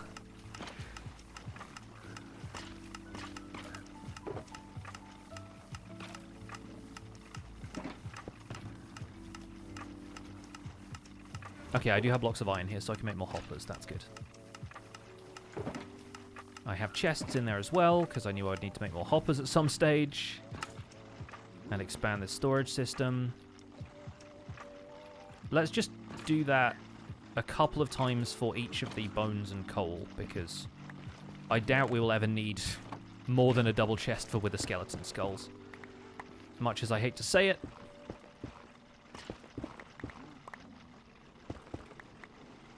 Let's put... I guess this one here. Like that.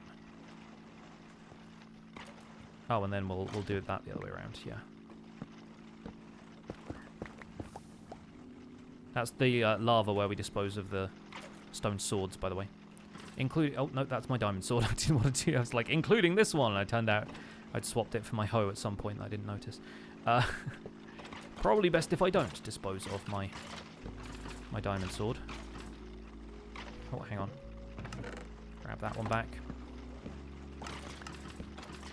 It's not even a netherite sword yet either, so I would totally have thrown that into the fire.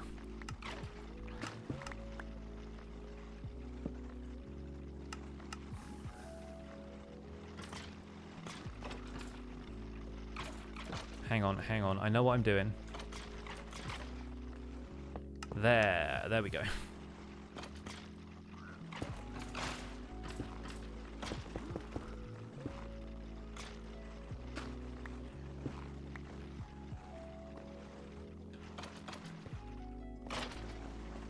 Yeah, now they're starting to entity cram because there's just too many of them.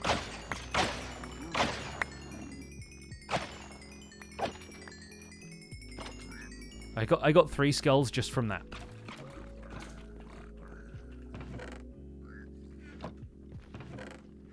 We're getting bones in there, coal in there, very good.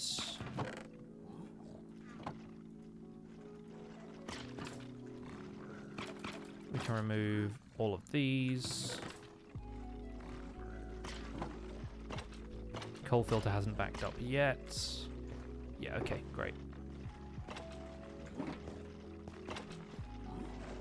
There's no easy way to turn this farm off. To turn it off, you just leave. It's really all you need to do. But, like, yeah, I can't imagine there being a way to turn it off if you were still here. Other than, like, set up some lights somewhere. Light up this entire platform somehow. But that really wouldn't be necessary. And there are still many ways in which this could be made more efficient. You could light up the entire area, destroy any other blocks in a perimeter around this. We could add carpet to the outsides of the farm, like adding carpet around the outside of this encourages pack spawning in the corners, which would increase the productivity of the farm a little bit. But yeah, frankly, none of that is necessary because every time I come back here from flying around in free cam, there's just a ton of skellies waiting for me. So.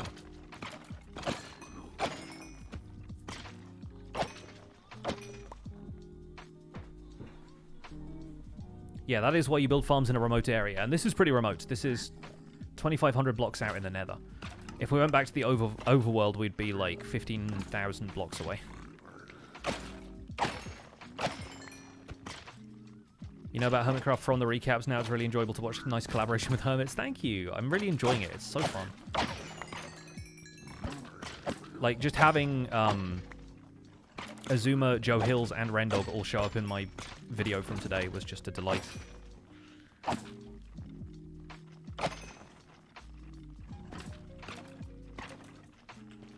Oh yeah, the other thing maybe about using this farm is to fill my inventory with other items so that I don't end up collecting some of the drops from here, because a lot of drops will be coming through.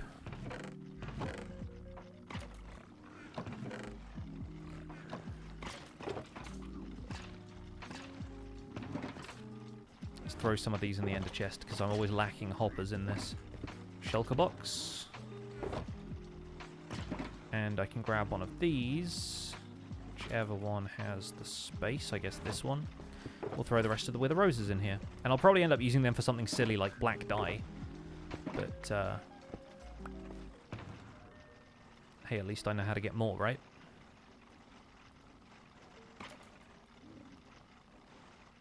Yeah, so if I fill up the rest of my inventory with netherrack or name tags, chests, that kind of thing.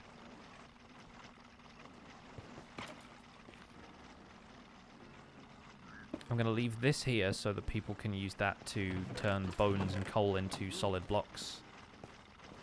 Making bone blocks is kind of a hassle, though. Does mean the Wither Skeleton farm is finished? Yes, and it was perfectly functional as of today's episode, but adding another platform to it really does increase the productivity. I mean, you're seeing it now, right? There's so many of them just falling into these traps. Getting shuffled.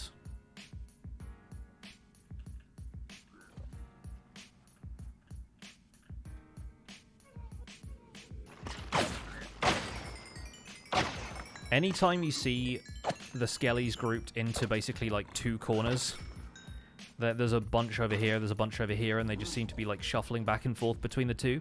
That means that their collision physics is making it really difficult for the farm to process how many are there, which means we're doing well.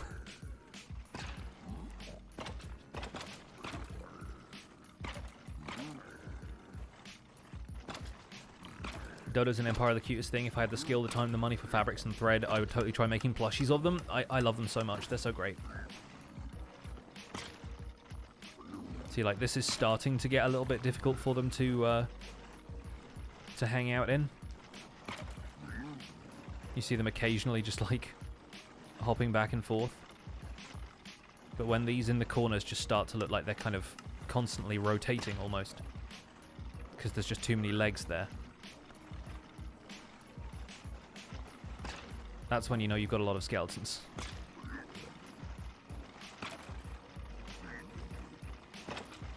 How much easier was this to build and finesse with the free cam? Really not. Like, the free cam isn't all that helpful.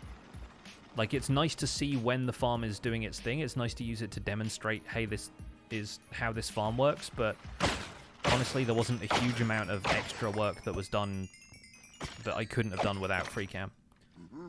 Like, even when I was exploring to find worthwhile biomes for piglin spawning, I was flying around using my wings.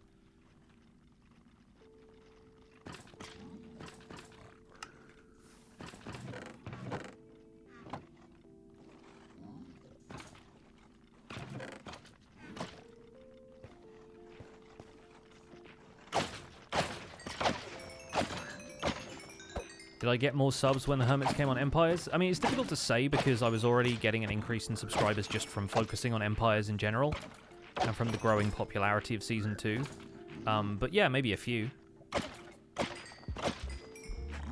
But with my channel at the size it is now and my videos getting views from outside of my subscriber base, it's kind of like there's always subscribers coming in. There's probably a small amount leaving constantly as well, but like, when you have, like, I've got in the range of like 800,000 subs now, it's, you know, you're making 3,000 subscribers every couple of weeks anyway.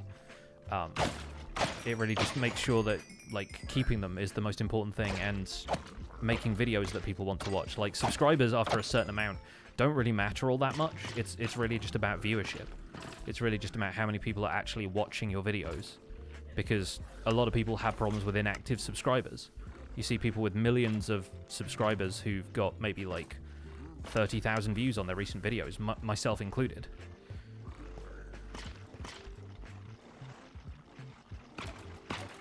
You know, I have 800,000 subscribers, but every time I make a video about a snapshot now, it's only 30,000 people or so watching it. Because everyone watches Azuma, or they watch Slice Lime, or they watch, you know... There's a couple of other people like Wattles, like people who've really become reliable sources for snapshot information, and that's what people tend to gravitate towards, is somebody who does every single snapshot. While I don't always see the need to do that, because so many of them are such minor changes, it's almost not worth making a video. Because you end up talking just about nothing for more than you actually end up discussing the features, unless you know a lot more about the technical side of Minecraft than I do.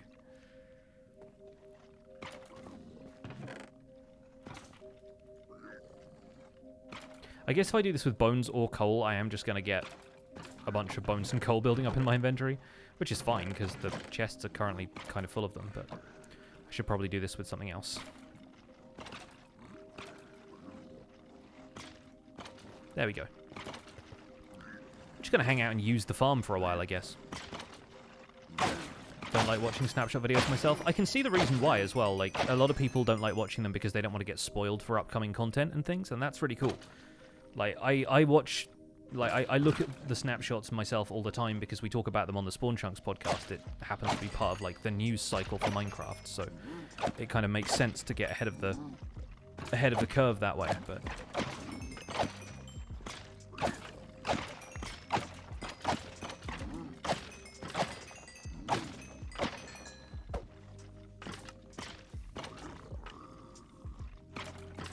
Yeah, we all present the info differently, yeah, and I think my focus lately has just been, I'm the guy who does everything in survival, I'm the guy who does the survival guide, therefore it makes sense for me to say, okay, when this content actually comes to survival Minecraft, how easy is it going to be to find it, right? Like, how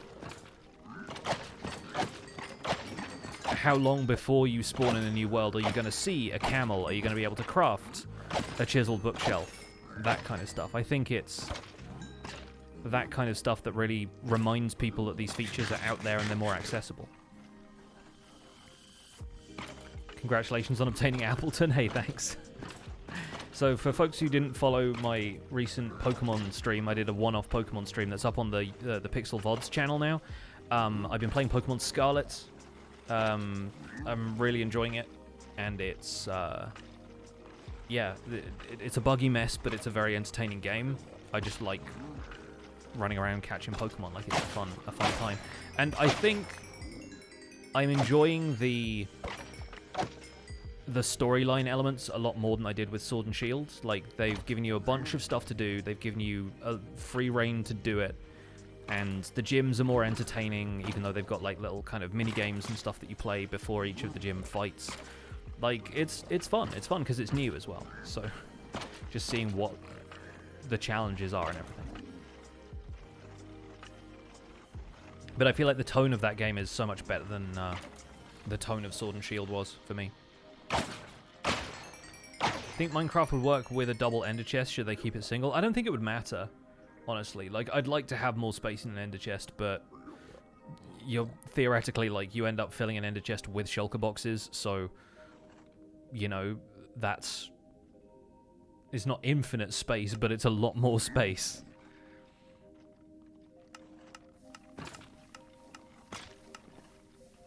What is that trashing? Hopefully just swords. I presume just swords, because all the skulls are going to the right place.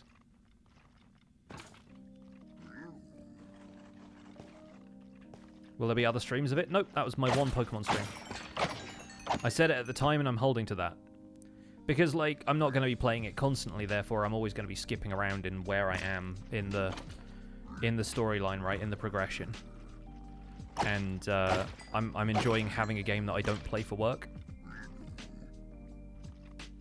I come to the conclusion that however much inventory I have, I'll always make a mess of it. This is exactly my argument to folks who want an expansion to inventory. It's never going to be enough. Like, there's, like, if you're, like... You're running out of inventory space for all of the building blocks that you're carrying around, then guess what? Like, you will end up building something that requires more blocks than there are inventory spaces, even if they expand the inventory to be like 45 spaces instead of 36 or whatever.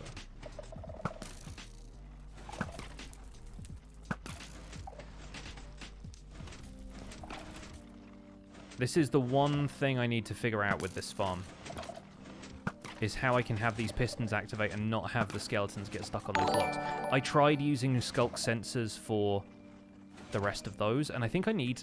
did I bring more wool with me? I must have it in an ender chest somewhere. Because on one side of this, I put a... I put a wool block, I think, above this. I think I did that on the other side to make sure that the sculk sensor wasn't activated by the skeletons up here jumping up and down. But I tried this with sculk sensors and it just ends up on a clock that's not particularly helpful for the running for fun.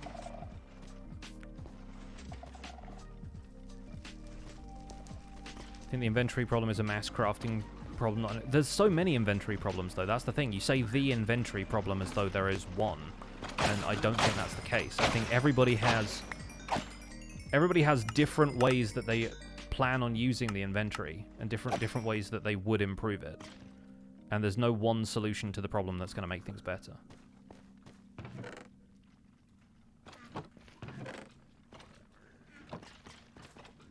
But increasing stack amounts to 100 is the same thing. Like, people are going to argue that the problem is not the amount of single items that you can carry, it's the amount of variety. It's the fact that there are 1,000 different blocks and items in this game. You know, I've played Terraria, where your inventory has, like, 2 extra rows and a couple of extra columns, and it still doesn't feel like enough once you get that amount of blocks and items. Like, it doesn't work that way.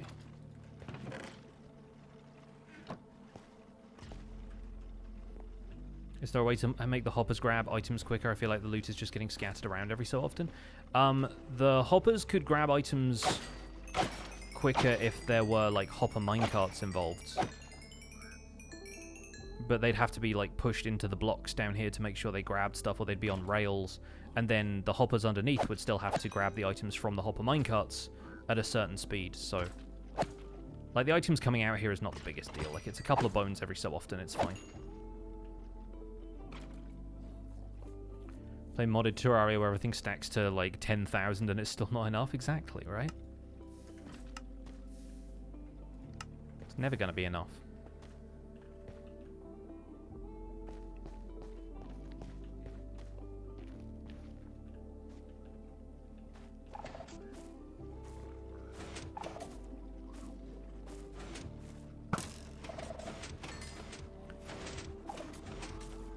So if anyone can suggest a way to activate these pistons to push the skeletons towards the center here that is better than them standing on a pressure plate and doesn't involve sculk sensors, because at that point the sculk sensors are all just detecting the sound of each other's pistons. And so the one at the bottom here is okay, but the ones further up, that really doesn't help at all. Could you just put them on a timer? That's one option. I kind of wanted to keep the redstone fun and compact like it is right now, but they may just need to go on like a regular timer. Observer detecting a redstone ore block. I mean, it wouldn't detect... like that's like a 60-second timer, more or less, because the ore block only block updates from being touched every...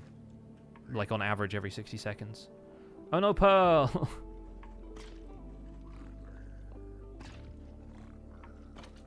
Constant clock or a piglin they can track. See, there is a piglin up there already, but it's too small a space for them to track another piglin here. Wow, okay, it's bucketing it down outside. Again, so glad that I got the grocery shop done now instead of later. Pressure plates with an observer so the pistons pulse. Interesting thoughts.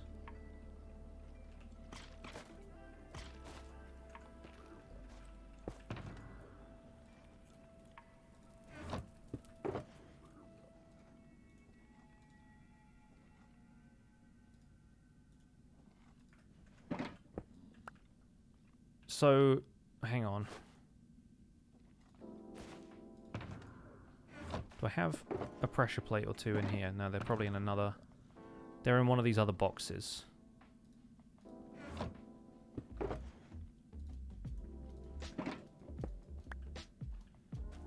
So let's mock one of these up before I actually try and remodel that part of the farm.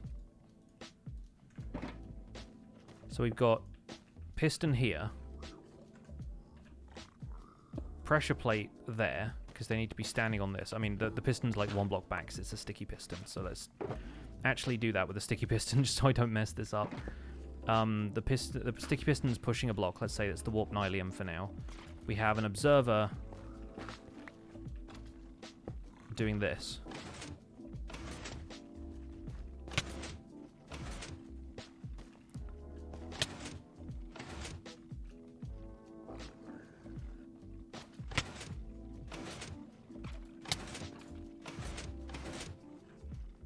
See, this is the problem, right? Like, there's never a block state change if something just gets stuck standing on here, like if that block gets moved into the same space.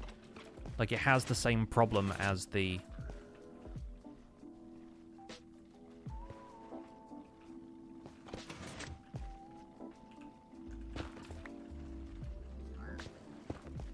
Do you need the pressure plate? I mean, the pressure plate is just there to activate the redstone mechanism, so people were suggesting tripwire. Like, that's another option. And I think it does pulse, like, twice. I don't know if I have any string on me. Boats with entities in them? See, that stuff just gets messy. And it also... I mean, if they're in boats, they're not going to take up mob cap or anything, but I just find that kind of messy. 2 observers, just keep it going. Just have like a 60 hertz clock running. Or a 30 hertz, maybe. Just have it be like this. But then the problem is, like, stuff falls down here, and sometimes that's, like, almost too fast for them to actually get pushed, you know what I mean? Detector rail wouldn't work unless they're in a minecart. Do wither skeletons burn in lava? No, but lava just tends to move things too slowly, and we're also trying to move them from a 1 block space into the next block over. And lava can't flow unless it's flowing into a block space. So it would just, like, be a bunch of individual lava sources for them to sit in.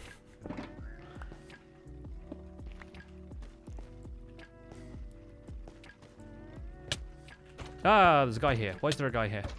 Get out. Must have spawned somewhere around here. I don't know. Either that or just, like, dropped out of the farm somewhere. If he came through here, I don't know. Check out Tango and Impulse did it on Hermitcraft. They probably did it via a variety of other methods. That's the thing. Like, I just want something that's compatible with this design in the meantime. And prevents them from getting stuck, which they do very infrequently, but when they do, it just kind of jams up one section of the farm, like here. That guy is now stuck, and will be stuck there forever, and prevents other skeletons that spawn on that side from coming down until he decides to move, which does sometimes happen.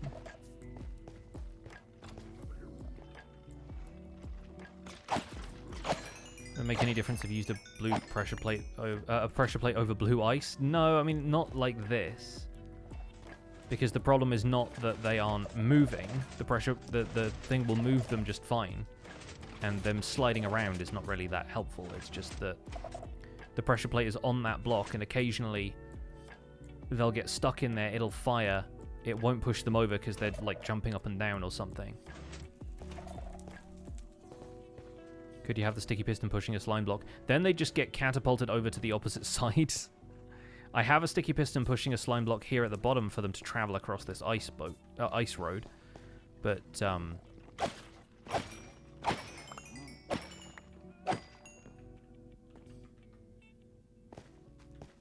like, the blue ice won't really make any difference to their momentum when they're in this part of the farm.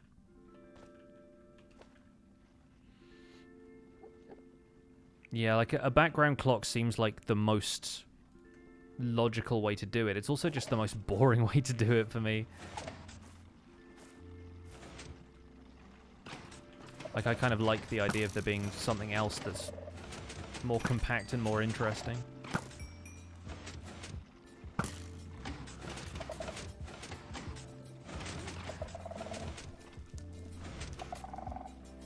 It's like this. This happens. And then there's a ton of them over there.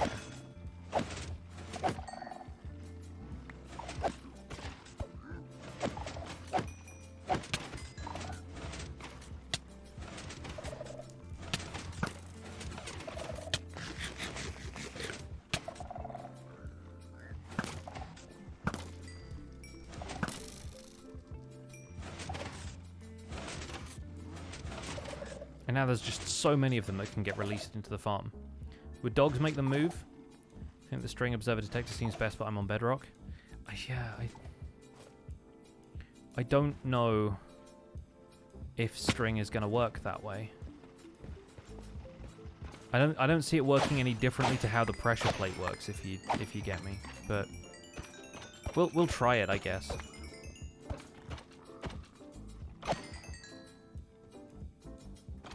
Standing on skulk sensors creates multiple separate pulses. Yeah, and the problem is that just makes each of these reliant on a skulk sensor, and they're just kind of... I don't know, it feels inelegant is the best way I can think of to put it, but that's not exactly a compelling argument, I guess. I think just putting skulk sensors around them makes the most sense.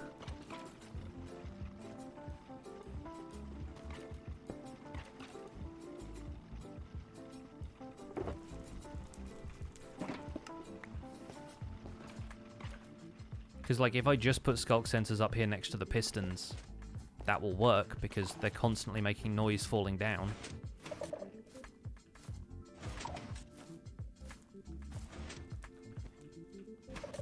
It's like if I do this.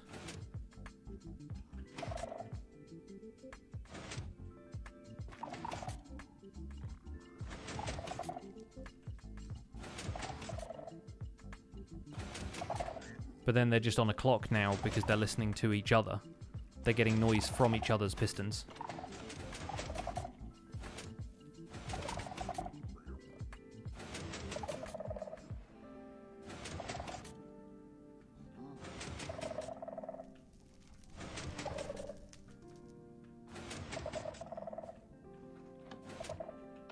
And, like, I guess that's okay. I don't like it as much. But then I guess I don't really have to look at this part of the farm if it's just working.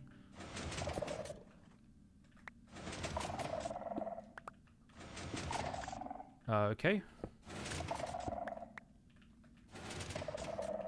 Pearl is killing sausage with his own sword. I sense a story afoot.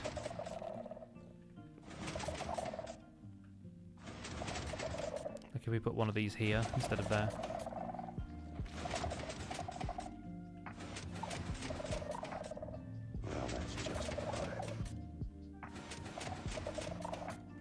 And at least they're not activating this one. Because the wool is above that. So we'll see how that functions.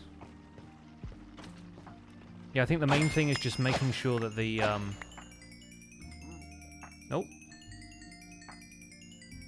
They're just trading now, I guess. These are just constantly going to be moving, which I think is the best thing for them to do.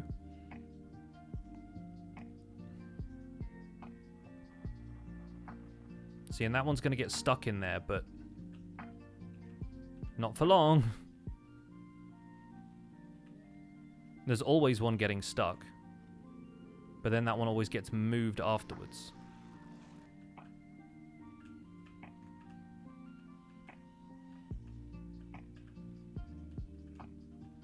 Sure, I guess that works. Do the platforms have to be built at the intersections? They're just the area with the largest square bounding box for the structure. Kitsune, thanks so much for the 17 months. Harry Otos, thank you for the Prime sub. 40 Thieves with the 6 months of Prime. Just want to say thanks for the Stardew VODs. Been finding them relaxing during a stressful time. Hey, no worries. Hopefully, yeah, they continue to be a nice source of relaxation for you. Sorry that you're dealing with that much stress, but hopefully it will pass. Crypto Cal, thank you for the 10 months. And Binik Abenik, hopefully I said that right. Thanks so much for the Prime sub. All caught up on alerts. I think the simplicity of this is pretty elegant. I hope so.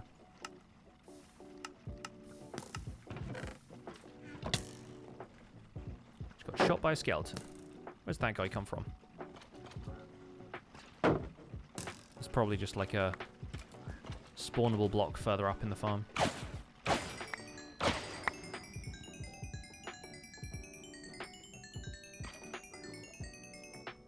How much coal does this farm produce? So far, it's given me more than a double chest of coal, bones, anything you could ask for, really.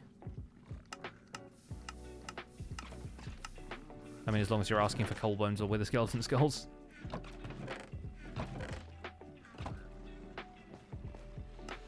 And I did turn an entire double chest of coal into coal blocks recently as well, so...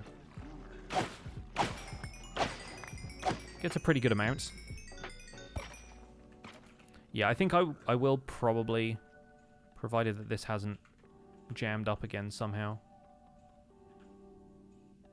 I think I just like the idea of, like, if this was completely empty, you'd still get skeletons being able to fall all the way down without this secondary stage where the blocks are out, you know what I mean?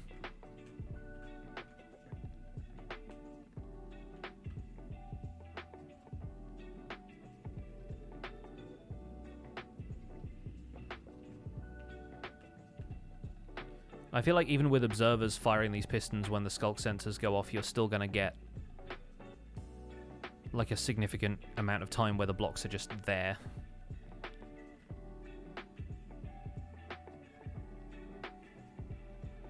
Unless maybe you invert it? Wait. Hang on. What if we... Yeah, what if we invert it? Like, a skulk sensor will power a block below it, right? So if you do something like this... Okay, it won't power that, so that has to... The power has to come into this block by other means. Will they power... I've got a hoe, why am I doing it this way? Will they power redstone dust below it?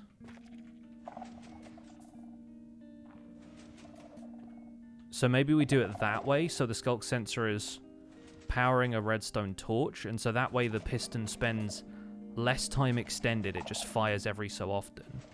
Yeah, reverse the polarity. I think that's it. I think that's how we do this. So let's get, say, some warped warp blocks, since we have so many of those around.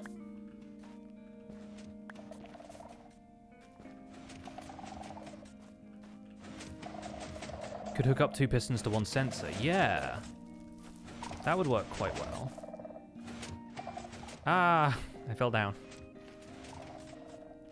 I never built like a proper scaffold for this thing. I really should have brought some scaffold blocks with me. Would have saved me a lot of hassle. Right. So let's say we have... Although, yeah, the pistons themselves are going to be kind of in awkward places for this. But we have this. I mean, it'd have to be 1 block up from that, wouldn't it? That actually brings it within range of the roof. So, like, this.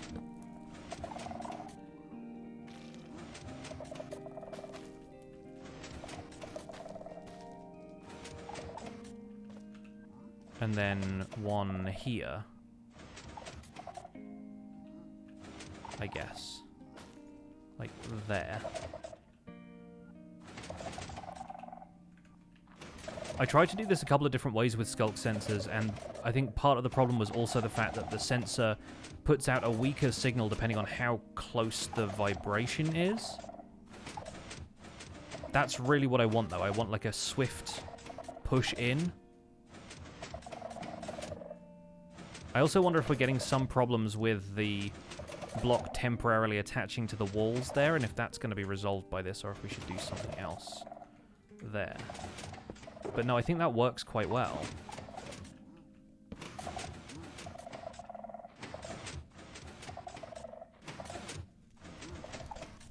Yeah. No, they stay out for way less time, which means there's more time for them to fall down. Hello. There's time for them to fall down without that messing with things. I think you need to replace nether brick walls with full blocks. The wither skeletons are getting stuck in between the walls. They're not, though. That's the thing, is that they're... If they fall down there onto full blocks, the fact that the walls here basically guide them in and allow two wither skeletons to fall at once. Otherwise, they get stuck between two solid blocks up here. But then if you start using solid blocks further down, then they just end up standing on those as they fall. So you need to have walls all the way down, otherwise they're going to land before you want them to land. But we can take out these, because those aren't, strictly speaking, necessary, and the wither skeletons aren't going to end up falling onto that wall.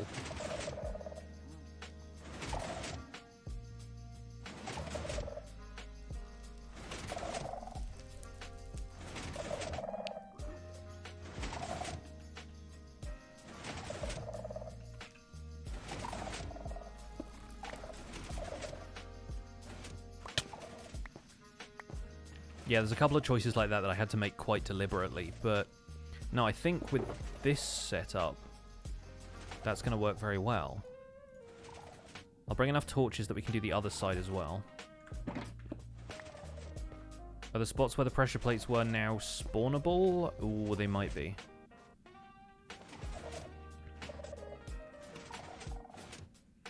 So we just have to put buttons on those. Because the mobs aren't going to activate buttons, are they? Let's just make warped buttons for that part. Because I've got the material on me. Right, so with this, I want to be around the other side.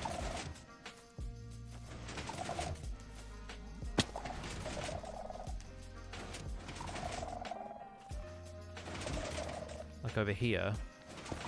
I want to remove this. That.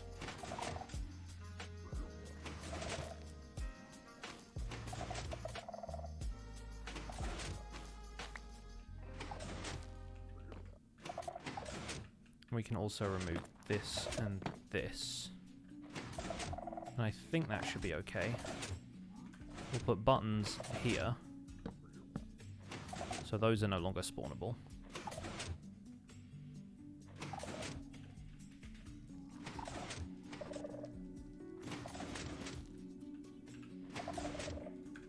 Put redstone torches there and there. Dust there and there. And plant a sculk sensor on the dust there.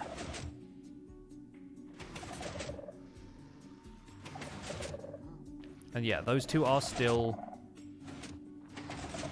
triggering each other, but they're doing it in this like neat little sequence now, which I'm kind of okay with. Okay, let's see how that works. If I go down the other end of the farm, we're going to get more spawns over here, so I'll see how that looks. Alright, we need to clear these out as well.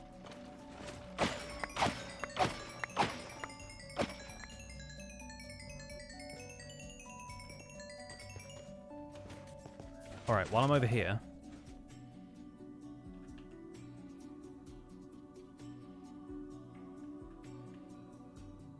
Okay, that's working pretty well.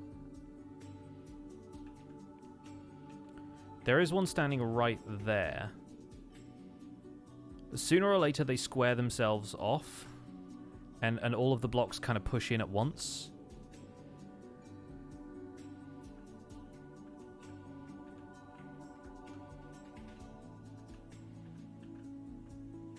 And there's a ton of them just hanging out in this hallway, but when new skeletons come down, they tend to push them further along the line.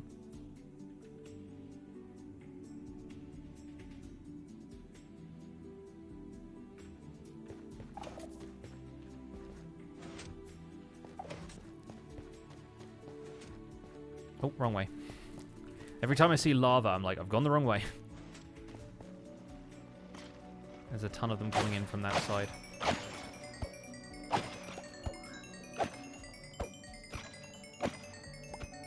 Is it possible to make a hopper minecart only go back out if it came in with items? Yeah, you can,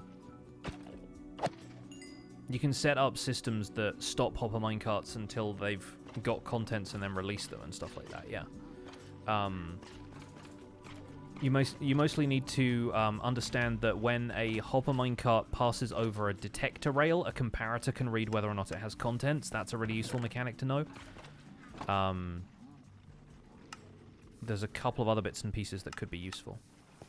Does it have to be a one-wide hole? I mean, ideally, yes, because with the setup I have right now, they fall down into an area where a slime block activates on a skulk sensor, and then that pushes them along this ice road, and that basically means that they get within line of sight of that piglin over there quicker.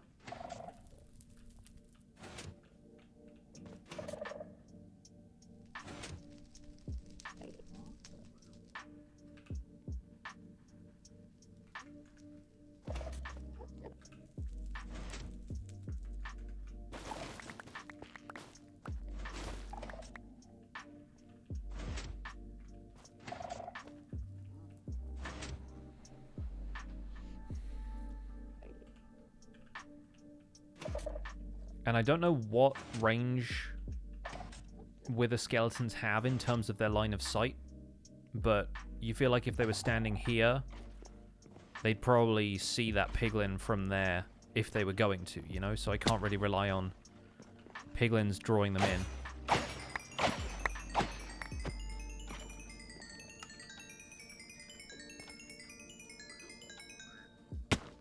What's the hardest farm I've ever built? Depends on what you mean by hard. The most labor-intensive, or the one that was the most technically challenging?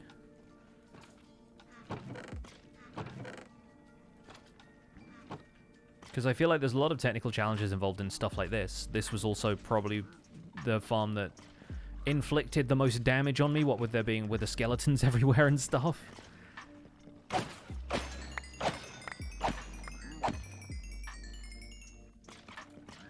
And a lot of farms used to be more difficult than they are now, like, you know, villager breeders and stuff like that. You've got to really understand village mechanics before 1.14, and then 1.14 simplified those to such a great degree that it made it much more accessible. A much more approachable set of mechanics for people. But yeah, the most labor-intensive farm is probably doing a guardian farm where you clear the perimeter. Anything that involves clearing a perimeter is always one of the more labor-intensive things you can do in Minecraft. They're so often worth doing, but man, they're a lot of work.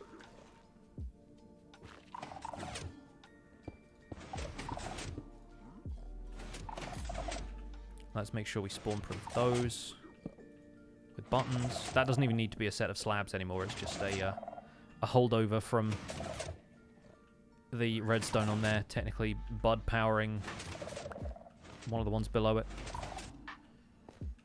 Gold farm was the most difficult. Didn't try building a with a skeleton farm yet.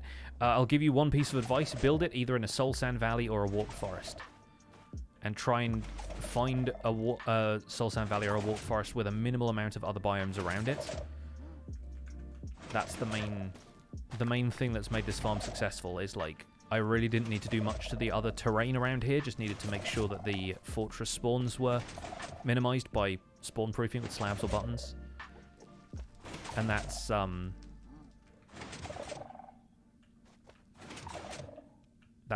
best advice I can give about building a farm like this, because it's all about the location.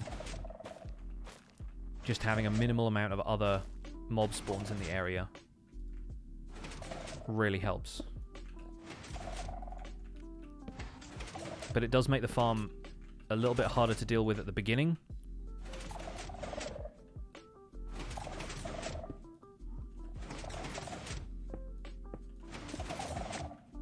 Because you're dealing with a lot of blazes spawning and a lot of other nether fortress mobs that can be a real pain in the neck. Okay, we've now got that set up on the new skulk system, which I like more. I think that's like a more elegant solution. That's the elegant solution I was looking for, was like having minimal other blocks around, just a couple of redstone components, and look, we're getting entity cramming again. Although there was a zombie pigman in there, so maybe I should have just let that guy entity cram.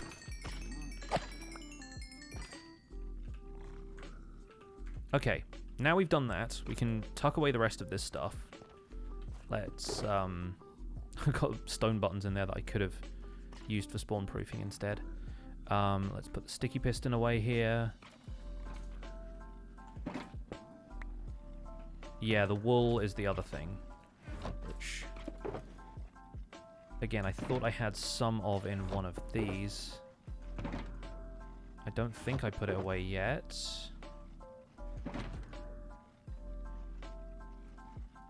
Is it in this one?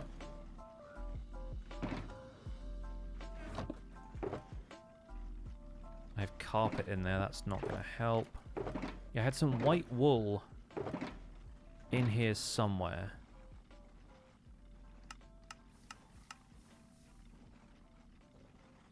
Emeralds, armor stands. Preservation kit, maybe? No, not there.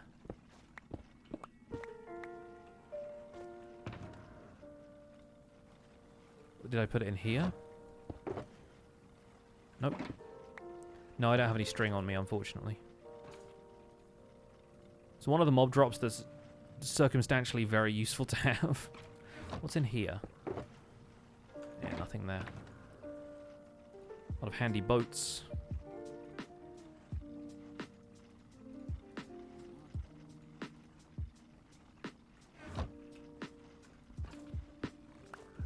It's funny, when this farm gets quiet, you don't hear wither skeletons dropping in as much, then that means it's basically at capacity.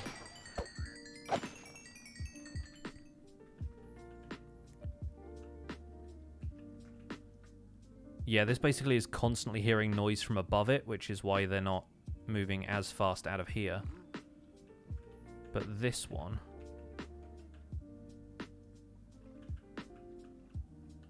it's pushing them pretty regularly.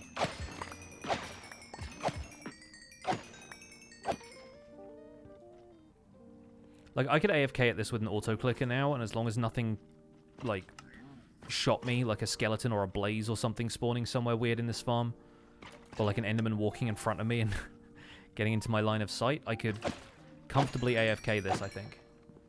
And just be, like, clicking every couple of seconds with Tweakaroo or auto hotkey and have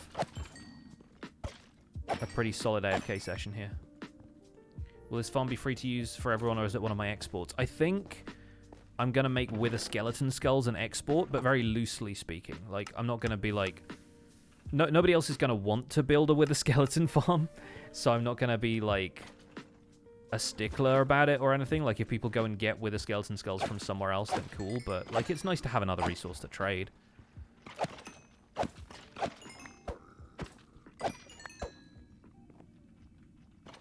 Like, with this sort of archaeologist gig I have, it's kind of fun being a guy with a lot of bones and a lot of skulls. I think the next thing I might do is a charged creeper farm somewhere and get mob heads. Unless someone else is already doing that. Like, I know that's Catherine's thing, really, but she kind of collects them more than sells them to other people, you know? I kind of like the idea of just having a good supply of skeleton skulls in general. People always need beacons, etc. The thing is, on Empires, we haven't really been in the sort of end game period where we felt like we needed beacons. Oh no. Okay.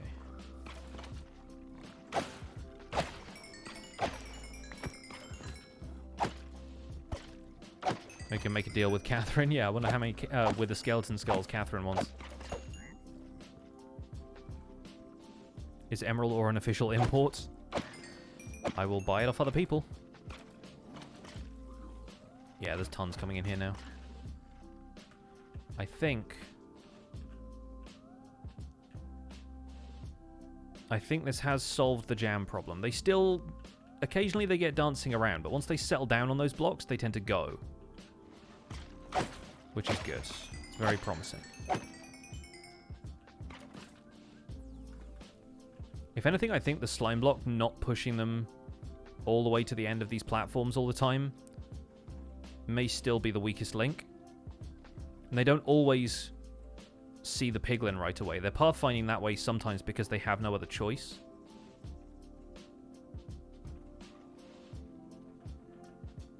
Well, that's just prime. It sure is. Duckiest Path, thank you so much for the Prime sub. A brand new sub to the channel too. Enjoy your emotes and your sub badge. Welcome to the Pixels. Was had Mugen Lol and Mini Cheese Mouse. Thank you for the 100 bits each. Really enjoying this in-stream problem solving. I think I'm now getting to the point. I probably won't be able to do it with more complicated redstone systems stuff, but I'm getting to the point where I'm more comfortable doing this stuff on stream and I don't feel like a complete twerp doing it, you know?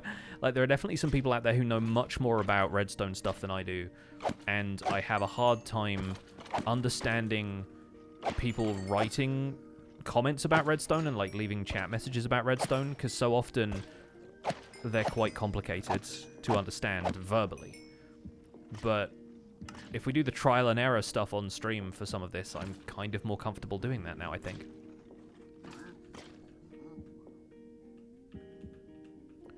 We're not seeing any get stuck anywhere, so that's good news. All of our piglins are alive, which is also very good news. We got one skeleton there. This guy's just chilling because he doesn't know how to pathfind off that block, but he'll do that in a second, or some other skeletons will push him. The quite simple redstone problem. Yeah. Yeah, whenever anybody says, like,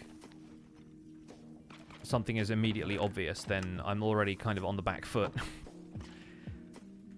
But there's certainly some things that I feel more comfortable with now.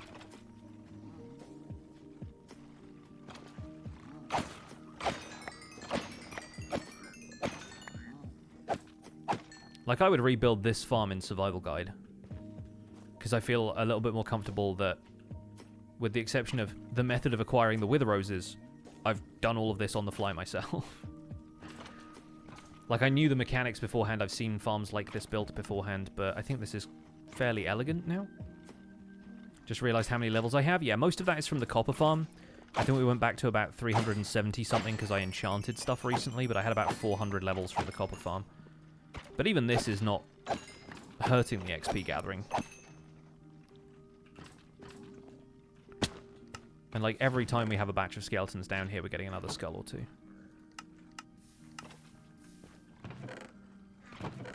I need to do that thing where I fill up my inventory again, but I also want to turn all of these coal pieces and bones into full blocks, and then we do like almost like a benchmarking session of this farm, because I don't think it's going to be like outpacing anything that the hardcore technical players will do, but I'm still quite happy with it for a farm I built myself on an SMP, you know? I also don't know who else is going to be elsewhere in the nether, if anywhere.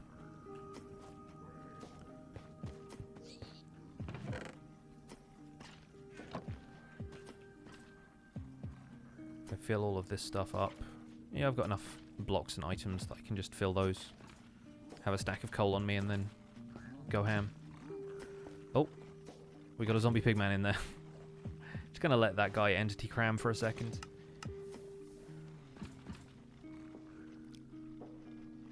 The copper farm you build to punish the server.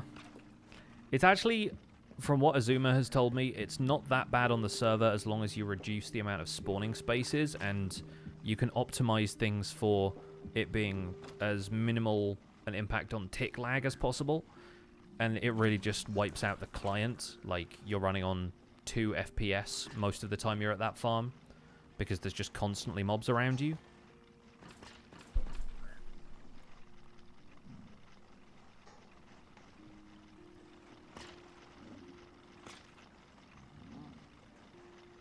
But yeah, now that I think I'm happy with that, let's leave these guys to build up in the farm. They're probably going to passively generate bones and coal for a little bit. And let's get a couple of chests over here. I'll dump all my stuff into the bottom of this chest.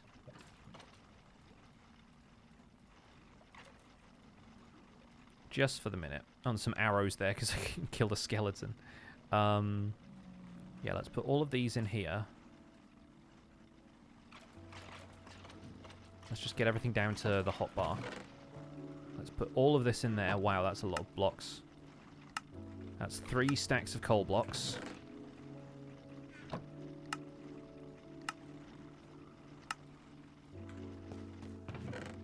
And then this top chest is where we'll put all of that.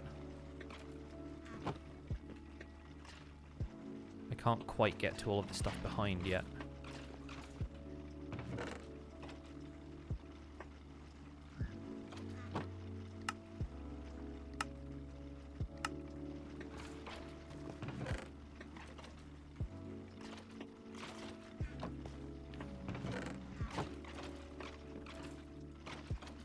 Yeah, this didn't back up at all during that process, so that's fine. Yeah, I can hear them entity cramming now.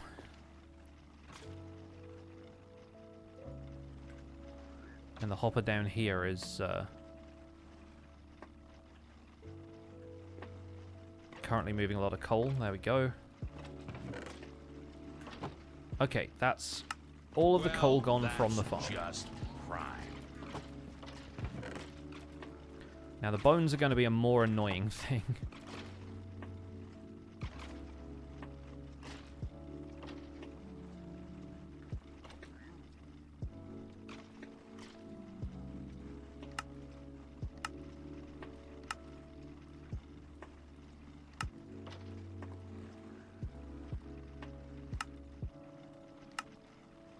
Just making sure that I have enough space to do this. There we go. Wish there was a fast way of crafting bones.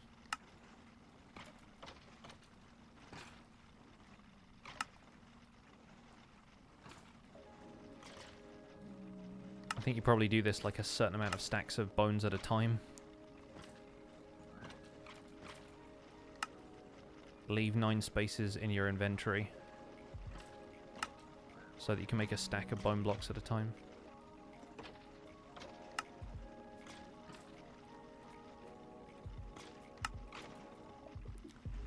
Are they going to be producing more bones than I can turn into bone blocks? Like, is it going to be one of those?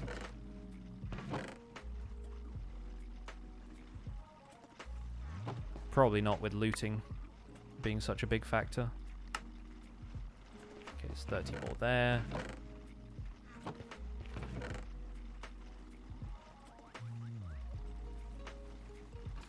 See, if I just do that many, I can turn an entire row into bone blocks. Like that. There we go.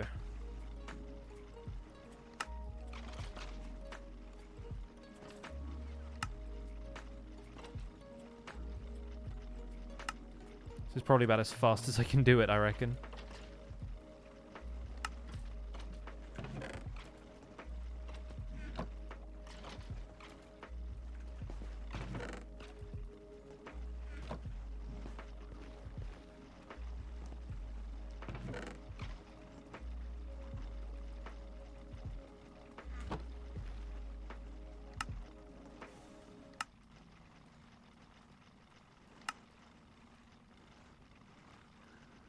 I do kind of wish you could throw 3 stacks of bones in here and get 3 stacks of... well, I guess 9 stacks of bone meal out. Because you don't use bones in a crafting recipe with anything else, right? The bone items themselves only turn into bone meal.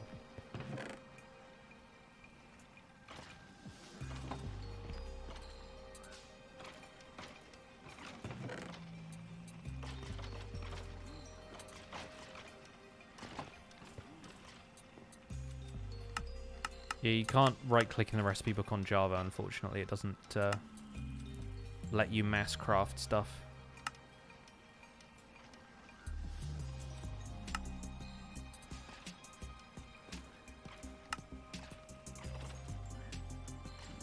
Basically, just hold down Shift, click on all of these things.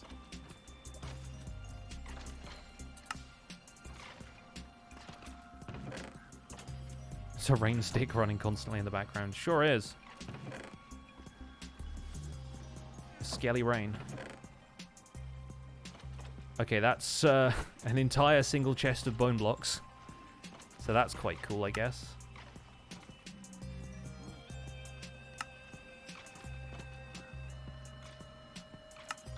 Hey, it's that one track from Pretzel that always reminds me of the hotel level on Celeste.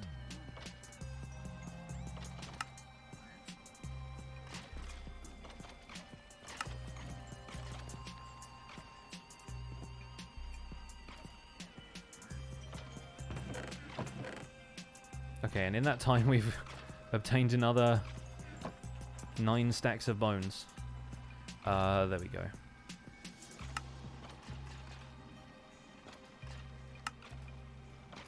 I still haven't killed the zombie piglin yet.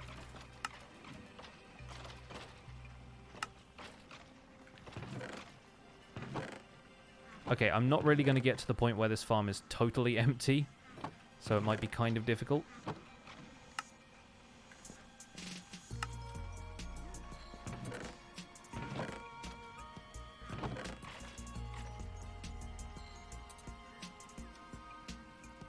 But let's put some of this stuff back in here.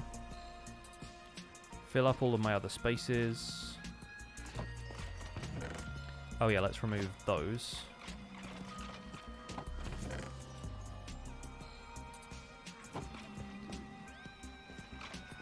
And now, if I tab out to the program, I have the hotkey tool. We're going to just do, like, the rest of the stream is going to be just chatting, more or less, while we AFK this thing. So I just have to hit that, so it knows what window to target. And then I come back to this, and I hit those. Okay, cool. That's working. Alright, let's chat. How you guys doing?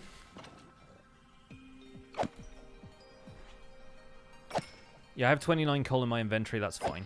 We'll get a stack of coal from this very quickly, I think. And there will be some quiet moments where we're swinging at nothing, but then once the skeletons start to fill up, we'll hit all of them because there will inevitably be a bunch of them just standing in here, so that works. Hands free! Mocking up a creative build at the moment. Nice, what are you building? Would I consider using wolves for this farm? Honestly, I find the wolf thing, like, it's cool and all, but you don't get looting from it, and as far as I know, at least, and getting the wolves down here, making sure the skeletons are a one-hit kill so that the wolves don't get attacked back and get withered, like, all of that stuff just builds up to more of a problem than it's worth, in my opinion. Was the first Twitch stream I ever did like? It wasn't too bad. I can't remember for certain what I was doing. I think when I really got into Twitch streaming, I was streaming through all of the Final Fantasy games and stuff, but I think I'd be streaming on Twitch a bit before that. I did a lot of my streams on YouTube in the early days, but I really don't like YouTube's streaming interface, so I had some experience of streaming, but I just thought Twitch was better. I've come a long way since then, of course, and my setup has improved vastly because I have the budget for stuff like this now. Thanks, Roxy. Thank you so much for the kind words. Yeah, no worries. Working on a pineapple bag to use at a concert. Very cool. Greejip, thanks so much for the 111 bits. What's up with you? How you doing? Item scroller makes crafting things like dispensers pain-free. Yeah, I don't mind dispensers too much now. Like, I've got a little bit of a groove with dispensers. It's just making sure you've got enough room for the bows and stuff. That's the main problem. Quip was saying that YouTube streaming is a bit off yesterday. Yeah, I mean, if you look at anything Prowl has been tweeting about YouTube streaming for the last little while, it just has this tremendous problem with bot streams and, like, auto-generated content, and a lot of the Minecraft category. Like, don't look up the Minecraft streaming category if you're at all sensitive to, like, adult content online, because there's some stuff there that's clearly, like, provocative thumbnails, and, like, I don't know what the animations themselves are like because I haven't watched them, but it's that Monster School, like, thing that people just import Minecraft characters into some scenario that has nothing to do with Minecraft. It's not Minecraft gameplay at all. It's just counting on either bot views or, like, people's autoplay feature rolling them into one of these live streams and just farming views that way. But it's awful. Like, and discoverability on YouTube for Minecraft streamers is virtually zero as a result.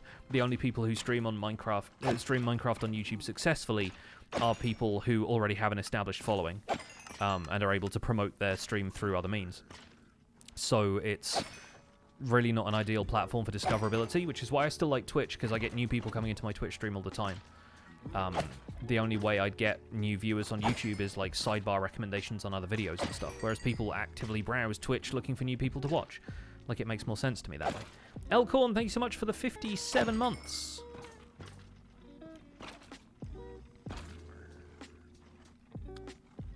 Made a data pack that gives the ability to bulk craft dispensers without needing a bow. It requires 7 cobble, 1 redstone, 3 string, and 3 sticks. Makes sense, yeah. I think it's kind of a smart way of doing it, yeah.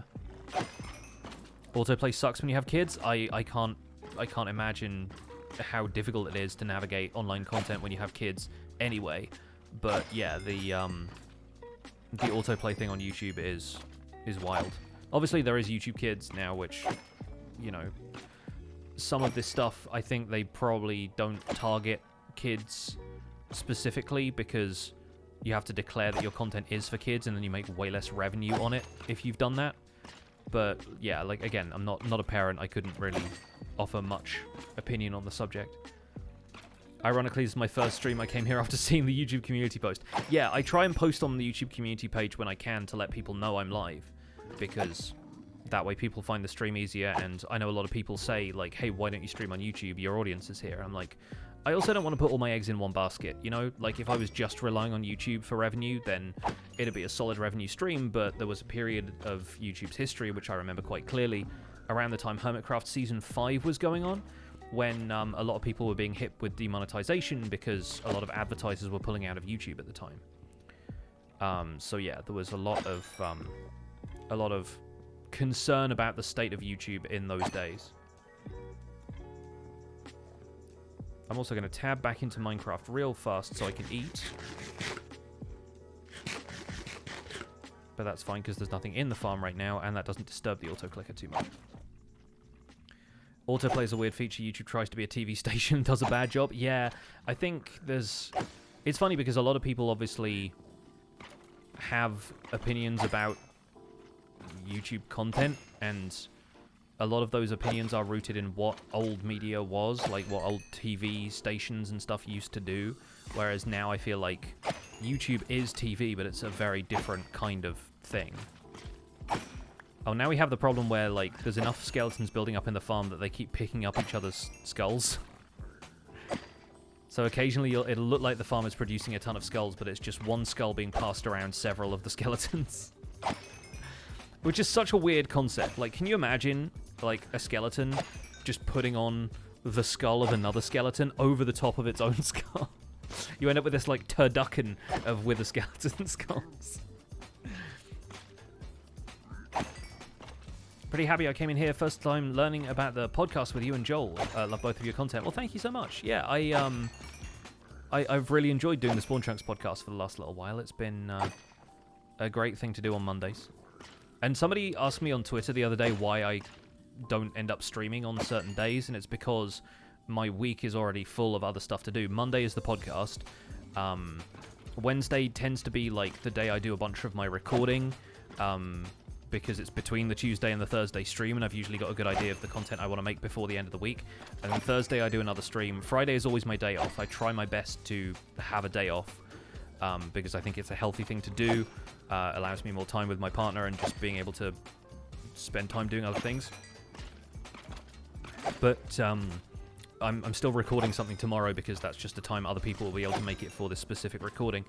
And then Saturday I do the Hermitcraft recap. Sunday is another stream, and every other Sunday is 8-Bit Dungeons. So, like, I only really have the space in my schedule to stream 3 times a week.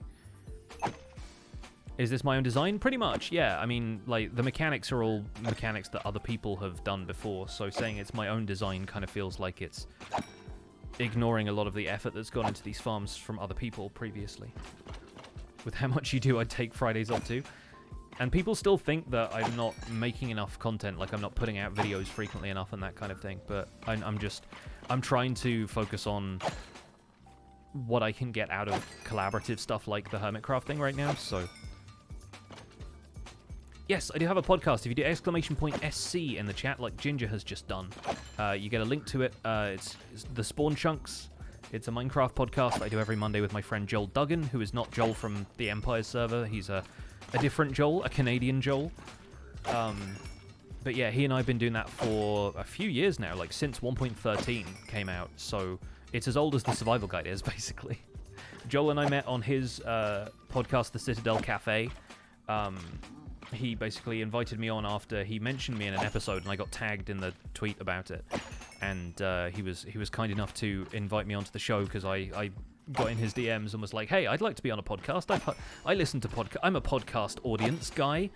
And so yeah, we ended up talking about Minecraft on there. We hit it off, and we were like, "Okay, we just need to make a Minecraft podcast because there isn't really one." The Shaft had been dead for like years at that point, and I think they came back recently for a brief run, and there's other Minecraft podcasts out there now, but there's podcasts about everything, and it felt like we were just filling a niche that wasn't quite there in the community, like a fairly serious but light-hearted look at the week's news in Minecraft and what we've been doing in Minecraft lately, community trends, that kind of stuff. I'm very happy with how this is going, by the way, like looking at the amount of skeletons we've got coming in. There's pretty much always one here, even if they are just dancing around a little bit occasionally. So I don't think they're getting held up anywhere right now. If they are, it's probably on one of the blocks that they drop into the farm on, and usually those blockages clear themselves much more easily. So now that we have that skulk thing set up, it's fine. If I go into free cam, I can't see... Like, I stopped the auto-clicking because it's tied to my Windows, so... I'd have to set up the free cam thing slightly differently to be able to fly around while I was still clicking in the farm, but... Does this mean that when the hermits go home, they'll have to do a weekly recap of Empires? Everyone's been making jokes like that for a while, and while I appreciate the joke, I feel like the hermits doing any kind of recap of Empires just seems silly to me, because they're all so busy. Like, there was a fairly frequent joke about Grian doing an episode of the Hermitcraft recap because he turned up and done the Hermitcraft recap music thing, like pranking me with Impulse. And it was like, you really think Grian's got the time to turn up on Hermitcraft recap for a bit? Like, I didn't want to ask because he's just got so much other stuff to do, and it doesn't really, like, it's of no real benefit for him to advertise to an audience that already, I'm sure, the majority watches him. And we've had Wormman and Evil Azuma did an episode of the recap in, I think, season 6. Was season 6 Wormman? ZF fans, let me know. But yeah, like there were definitely a couple of like guest hosted episodes that were quite funny in the past, but that was mainly because I was on holiday or something and I couldn't do it. I mean, Grian would probably be down to record something as a bit for, like, a paragraph, but I can't imagine having him actually do the full recap, because, I mean, it's very different from recording a regular YouTube video. We go off a script and everything. Also, has much stuff, like, fallen out in front of me? There's a couple of bones there. Wondering if I should just leave a couple of inventory slots open just so I can pick up those occasional drops, but... Anyway, maybe not a full no, but some of it. I don't know. Again, like, I don't really feel like bothering the guy with asking because it just seems like such a trivial and weird thing. Demon Arcane, thank you for the Prime sub. Really appreciate the Prime sub. Enjoy your emotes and your sub badge. Welcome to the Pixels. But yeah, I mostly just want to respect people's time. I think that's one of the things about being a professional and being in this industry for a while is, like, people are constantly asking you to do stuff. Like, I get so many emails asking me to promote products that I have no interest in promoting and I don't think my audience would be interested in, but... That's just the way these things end up, right? Lobster Biusk. Very good. Thank you so much for the Prime sub. Love the name. Really appreciate the Prime sub. Enjoy your emotes. Enjoy your sub badge. Welcome to the Pixels. The hopper seems full. This farm appears to produce just over 9k items per hour. Yeah, it's having a bit of time picking this stuff up now, isn't it? Although it's also like there's unstackable items thrown in there. There's the skulls. There's... various other bits. Yeah, 9,000 per hour is not bad. Of what proportion do you think of that is with the skeleton skulls? Because, like, I don't know the drop rate. Let me find, let me get the Minecraft wiki out to see the odds for with a skeleton skull.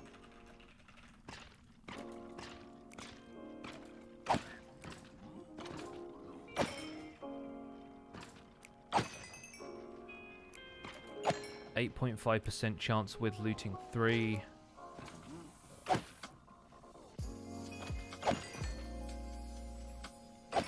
Also, coal is only a 1/3 chance, but then looting 3 drops 0 to 4 coal with an average of 1.67 coal per kill. And then 5 bones is the maximum with looting 3. Wow.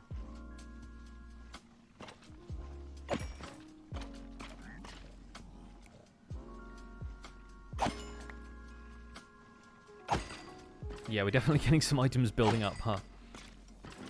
Would I ever join one of Jimmy's streams in other games? I feel like it'd be hilarious to watch you annoy him in another game. Honestly, I am one of the few people on this server who does not really go in for annoying Jimmy. And, like, I've seen people getting concerned about this in the past. Don't be concerned about Jimmy. Being annoyed is, like, being annoyed by his friends is his entire brand at this point. Like, he literally had a makeshift toy made out of, like, his sheriff character because it was funny that everyone on this server is trying to convince him that he's a toy. So he made a toy. Like, it's such a great bit. But, like, I still... Yeah, like, I still like actually being nice to Jimmy occasionally. I'm not naturally one of those people who, like, has that level of banter with their mates, you know?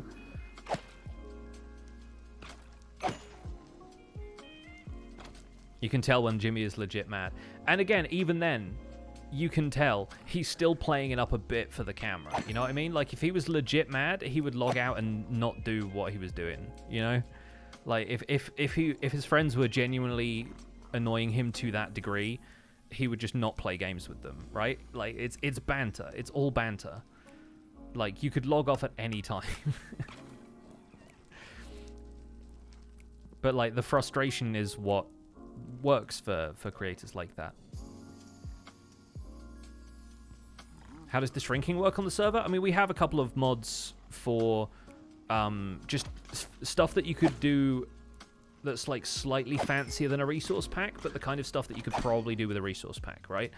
Just to make some of that stuff more accessible to us and to allow for it to be something that happens to one individual entity, like, be that a player, horse, whatever, instead of it just being like everything. Like, I have something I can do to turn a horse into a dodo, but it's not like every horse then becomes a dodo like it would do if you just retextured a horse in a resource pack, right? So we have a mod called Custom Entity Models that does that for us, and I believe, although I don't know for certain because I'm not the one who set it up, it's some of the functionality of that allows us to do some of the trickery with, like, changing heights and things. But that's my understanding of it. If I'm slightly off, oh well.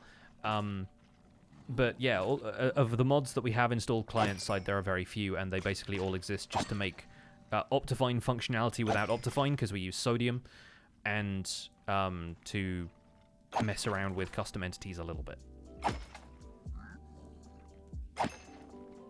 Levels of banter has been too much to bear for the viewers lately. You say the viewers, like, don't assume you speak for everybody, because Jimmy's channel has been growing, like, in a big way lately. There may be a vocal minority of people who are concerned about that kind of stuff or find it difficult to watch, and, like, I'm sure Jimmy would be fine with those people unsubscribing if they felt like it was difficult for them to watch, because he doesn't want to make anybody uncomfortable. But also, like, it's part of the problem with him doing the character he's doing as well. Like, he's clearly setting himself up to be a bit of a thorn in some people's side with the sheriff character.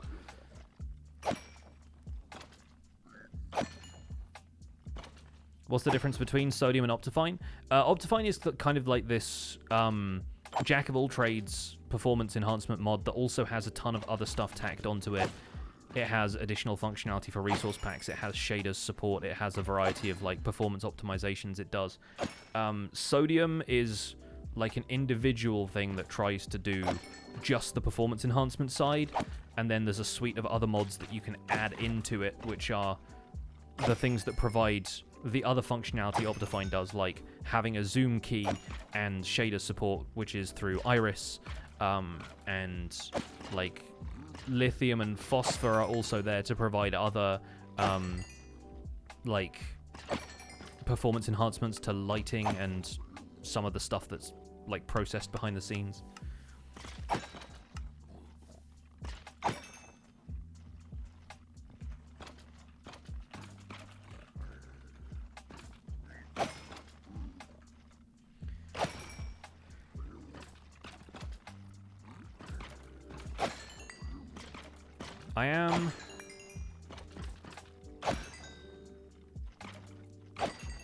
I'm going to open up a couple of spaces here so this stuff doesn't despawn.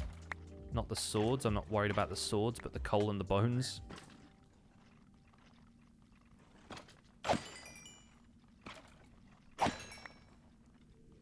You're setting the mod client like Fabric or Forge for Optifine? No, I mean, Optifine is like self-installing, which is one of the reasons I've used it for a long time. Is that like I didn't really know a whole lot about mods and managing a modded instance and that kind of stuff, and I've learned a lot about that just from playing on Empires for a bit.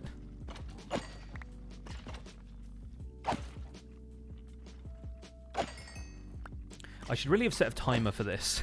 Like, I'm pretty sure we started about 20 minutes ago.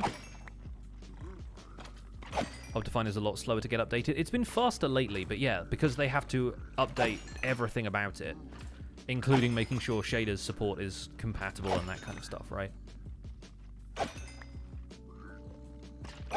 I'm actually going to stop the auto-clicker script for a second just so I can get rid of some of these swords and things that are in the way and let the farm slow down a little bit. There we go. So I'll toss these into here.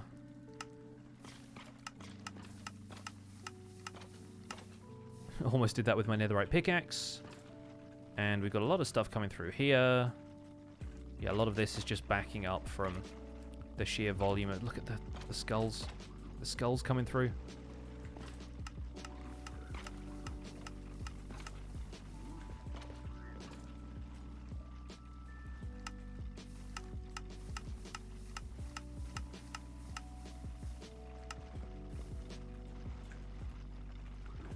Swords, swords, swords, swords.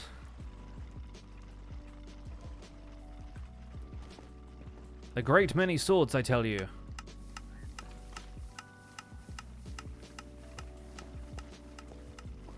Oh, hello. You got one of you.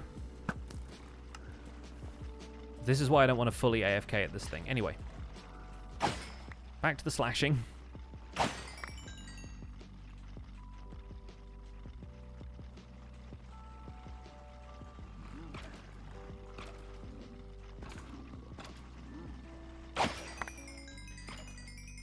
LA has to be the worst addition to the game? Absolute nonsense. Like, no idea.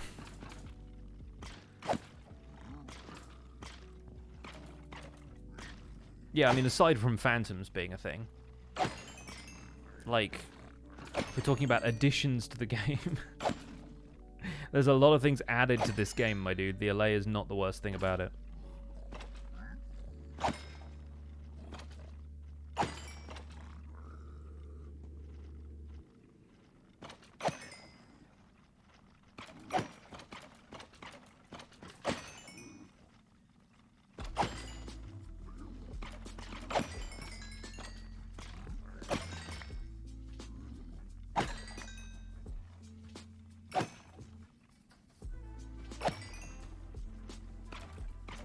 Bats are still the most useless mob in the game. I still think endermites are kind of useless, but obviously they bait endermen into farms, so people find that useful. Silverfish. Like, they don't really have any kind of purpose, they're just there to make strongholds kind of a pain. Like, if silverfish dropped something that was useful or whatever, then sure. Bats only exist to take an arrow intended for a creeper. Most useless is unfortunately the polar bear. Yeah, polar bear is the same deal.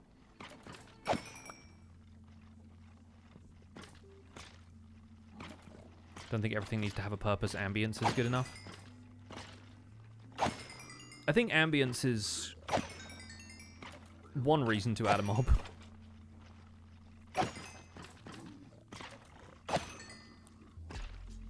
The polar bear at least drops fish, but Why do you need fish that badly? Why do you need one fish to drop from something? Like a salmon. Watched someone playing Stone Block last night. They spawned in a giant silverfish. Gosh, it's like a giant rat.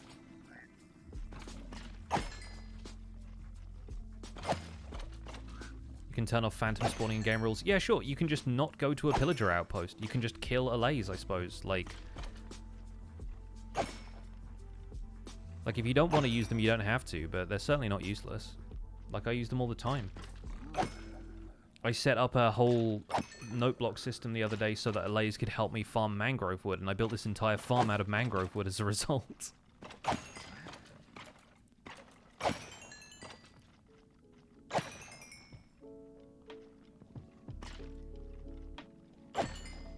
Yeah, I haven't really bothered using allays for sorting systems so much, but apparently people are excited about that.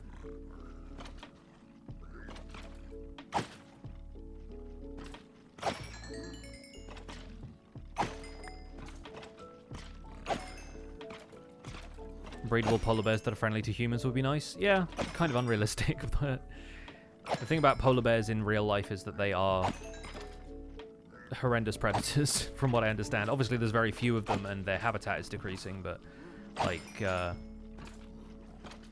yeah, like, from what I understand, polar bears are sincerely dangerous to people who are exploring the Arctic.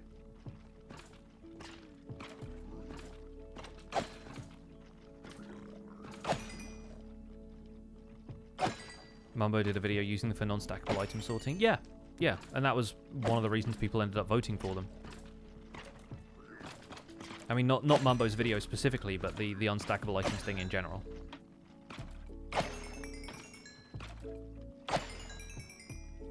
Polar bears are the only bears that will eat a human. Yeah. The only animal known to actively hunt humans. Yeah, I think I've heard that.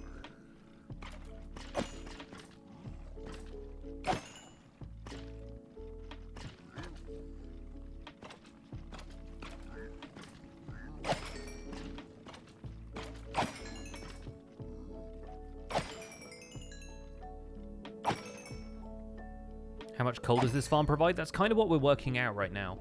I've been running it for about 25 minutes. It's already got to the point, at least once, where there have been too many items to actually make it into the hoppers, so I've had to pause in my my farming very quickly just to make sure everything was all put away.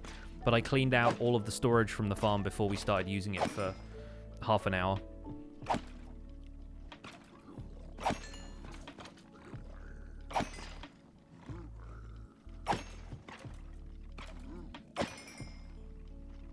Is this my coal farm design? I mean, it's with a skeleton farm. It's not necessarily a coal farm so much as it is a farm for coal bones and with skeleton skulls. But yeah.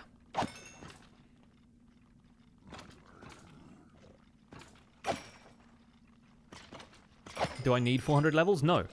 But there's not really a whole lot I can do with them, which is why I keep them around. I could just get killed at some point and not have 400 levels anymore. I just got them from farming copper.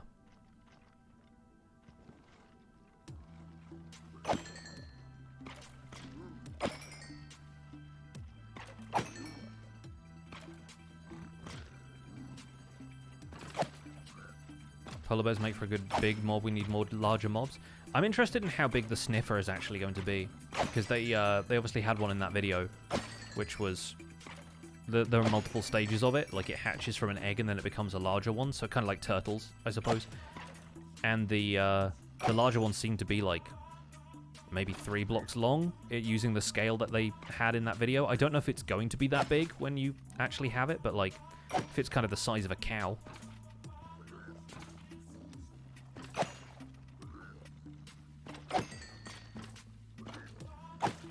Just watched the new video. Thanks for dropping content so regularly. This farm is nuts. We've made it more nuts on this stream. We've added another whole platform to it.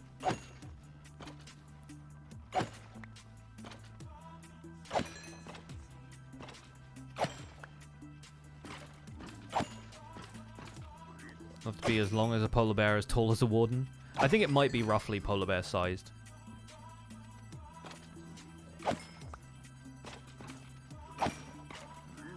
Some birds and smaller animals are getting extinct too, so why not add those? I think the way Mojang's design philosophy works these days, they want stuff to have, if not a use, then at least, like, unique mechanics. Even if it's not useful to the player, it at least needs to feel kind of unique, and I feel like a lot of birds would just end up kind of being reskinned bats. Like, they'd fly around, they'd land, they'd fly around, they'd land. I think they want them to just do more fun stuff like that. Like, Minecraft, while it's obviously got a more environmentally conscious team of people working on it, and they've been working on promoting an awareness of environmental causes through the game, is not just here to be a platform for extinct creatures or whatever, you know what I mean? Otherwise they would add dodos. It's really weighing what's fun and what they can actually add to the game that makes practical sense versus the environmental side of it, you know?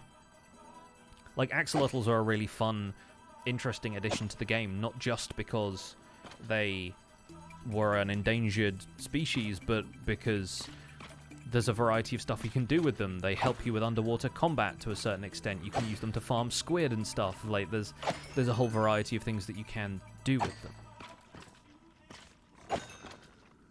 Like the vulture idea for deserts. Yeah, there's some cool stuff with that for sure. Like having a mob that like picks up your stuff when you die, like a vulture picking over a corpse. Like, I love that idea. Like, it's a little macabre maybe, but I think that works out. Okay, I think we're probably going to call it there for our like AFK session. We've been here for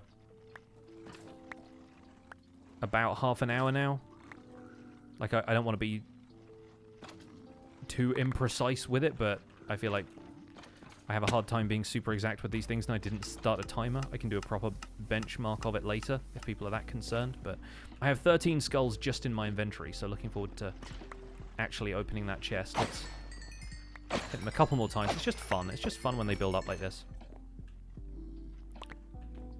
Okay, we'll give it a couple of seconds for everything to drain down in here. Let's put these up here because we know that there aren't going to be any extra items in there. Let's throw those into here. So this was all the stuff we dragged out of the farm before we started it, which is already a fair amount. And we're going to start getting some entity cramming in here anyway. Hello, where do you come from? Thank you for the bones and coal. I will not add those. Put them in here instead. So there are still a couple of areas around here that make it slightly dangerous to AFK. Like, to fully AFK. I kind of wonder if any of them have just been shuffled out of the farm by landing weirdly on a block, or like a place where they can climb out if they target the player, but I don't think there are any of those at this point. We've still got lots of stuff coming through here, which I will endeavour to clear out the swords from. Another 5 skulls, that's promising. Yeah, my main problem here is the fact that we're, like, bottlenecking it all through one item filter system, so evidently we're producing too many items for that to handle, which is ultimately going to be a good thing.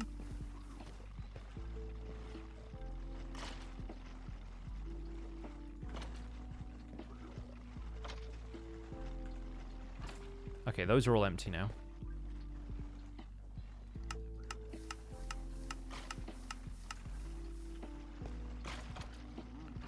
Oh, there's 10 skulls in that one. I'm just going to remove all the swords from these. Seems like the smart thing to do. Because there's far too many swords.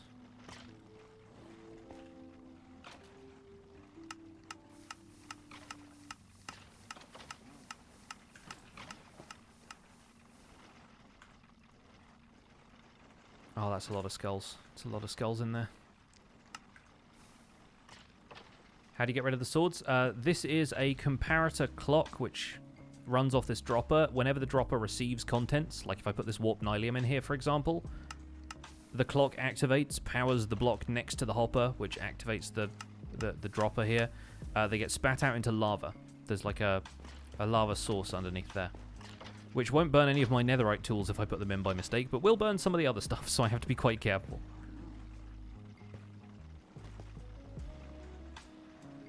Okay, those are draining down. I'm going to put my 13 skulls in there with those ones. Smelt them back into stone nuggets, if only. Stone nuggets. Pebbles. Could have pebbles to throw at stuff. Be like RL Craft.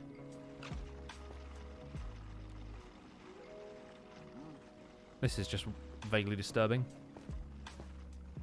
How do you guys in Empires keep motivation to do what you do? I always get bored of Minecraft after a few days in a new world, even modded. I think being a content creator also has a lot to do with the mindset that we have, but it is really just about like making stuff that you find entertaining and hopefully will entertain other people. And yeah, like sticking with a strong theme is the main part of it. Like, we're all telling stories on here, we're making videos, we're building up our bases. Like, all of this stuff is like, we just see it as like being able to create entertainment for people. Excuse me. Would be hilarious if they added copper nuggets that did nothing. Alright, in here we actually have exactly 1 stack of wither skeleton skulls. So for about half an hour, that's a stack. So presumably 2 stacks per hour. We have over a single chest of coal, like 2/3 of a chest there, and almost a full chest of bones. So that's not bad for half an hour. Like, in a full hour, you are filling up 1 large chest and then some, and getting 2 stacks of wither skeleton skulls. That's decent. Like, again, if I was fully optimizing this, spawn-proofing everything around it in a perimeter, adding in a 3rd spawning platform up here, which we would have the room to do, it would be tight, but you could do it. Because basically, like, just underneath this end stone is another layer where you could put a 3rd spawning platform in. I honestly don't think you need it, though. Because of the amount of these skeletons that pile up this quickly, right? Like, you're just providing more spawning spaces, which means they spread out more. It might even slow down from the fact that they have to fall down through 2 layers of the farm at that point, but we do also have a little bit of a problem with lighting here, but we discovered that wasn't too much of an issue, having torches in there with the piglins. Like, these new mechanisms that shuffle the skeletons inwards, there's still, like, 1 or 2 who end up hanging out on those blocks occasionally, but then they choose to pathfind inwards, and most of the time they do okay.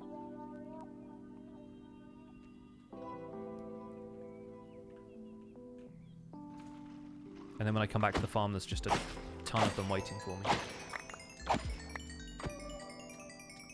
So yeah, I think we'll leave it there.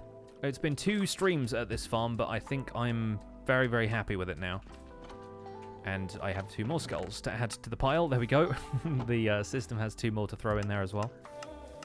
Folks, thank you so much for hanging out. Thank you to everyone who stuck around after Azuma's raid. I know for the US folks it is a day of celebration, so if you spent some of that with me, I am very grateful to you. We're going to find somebody else to raid here on Twitch if you guys feel like sharing the love around, although if you've got family obligations to attend to, I completely understand.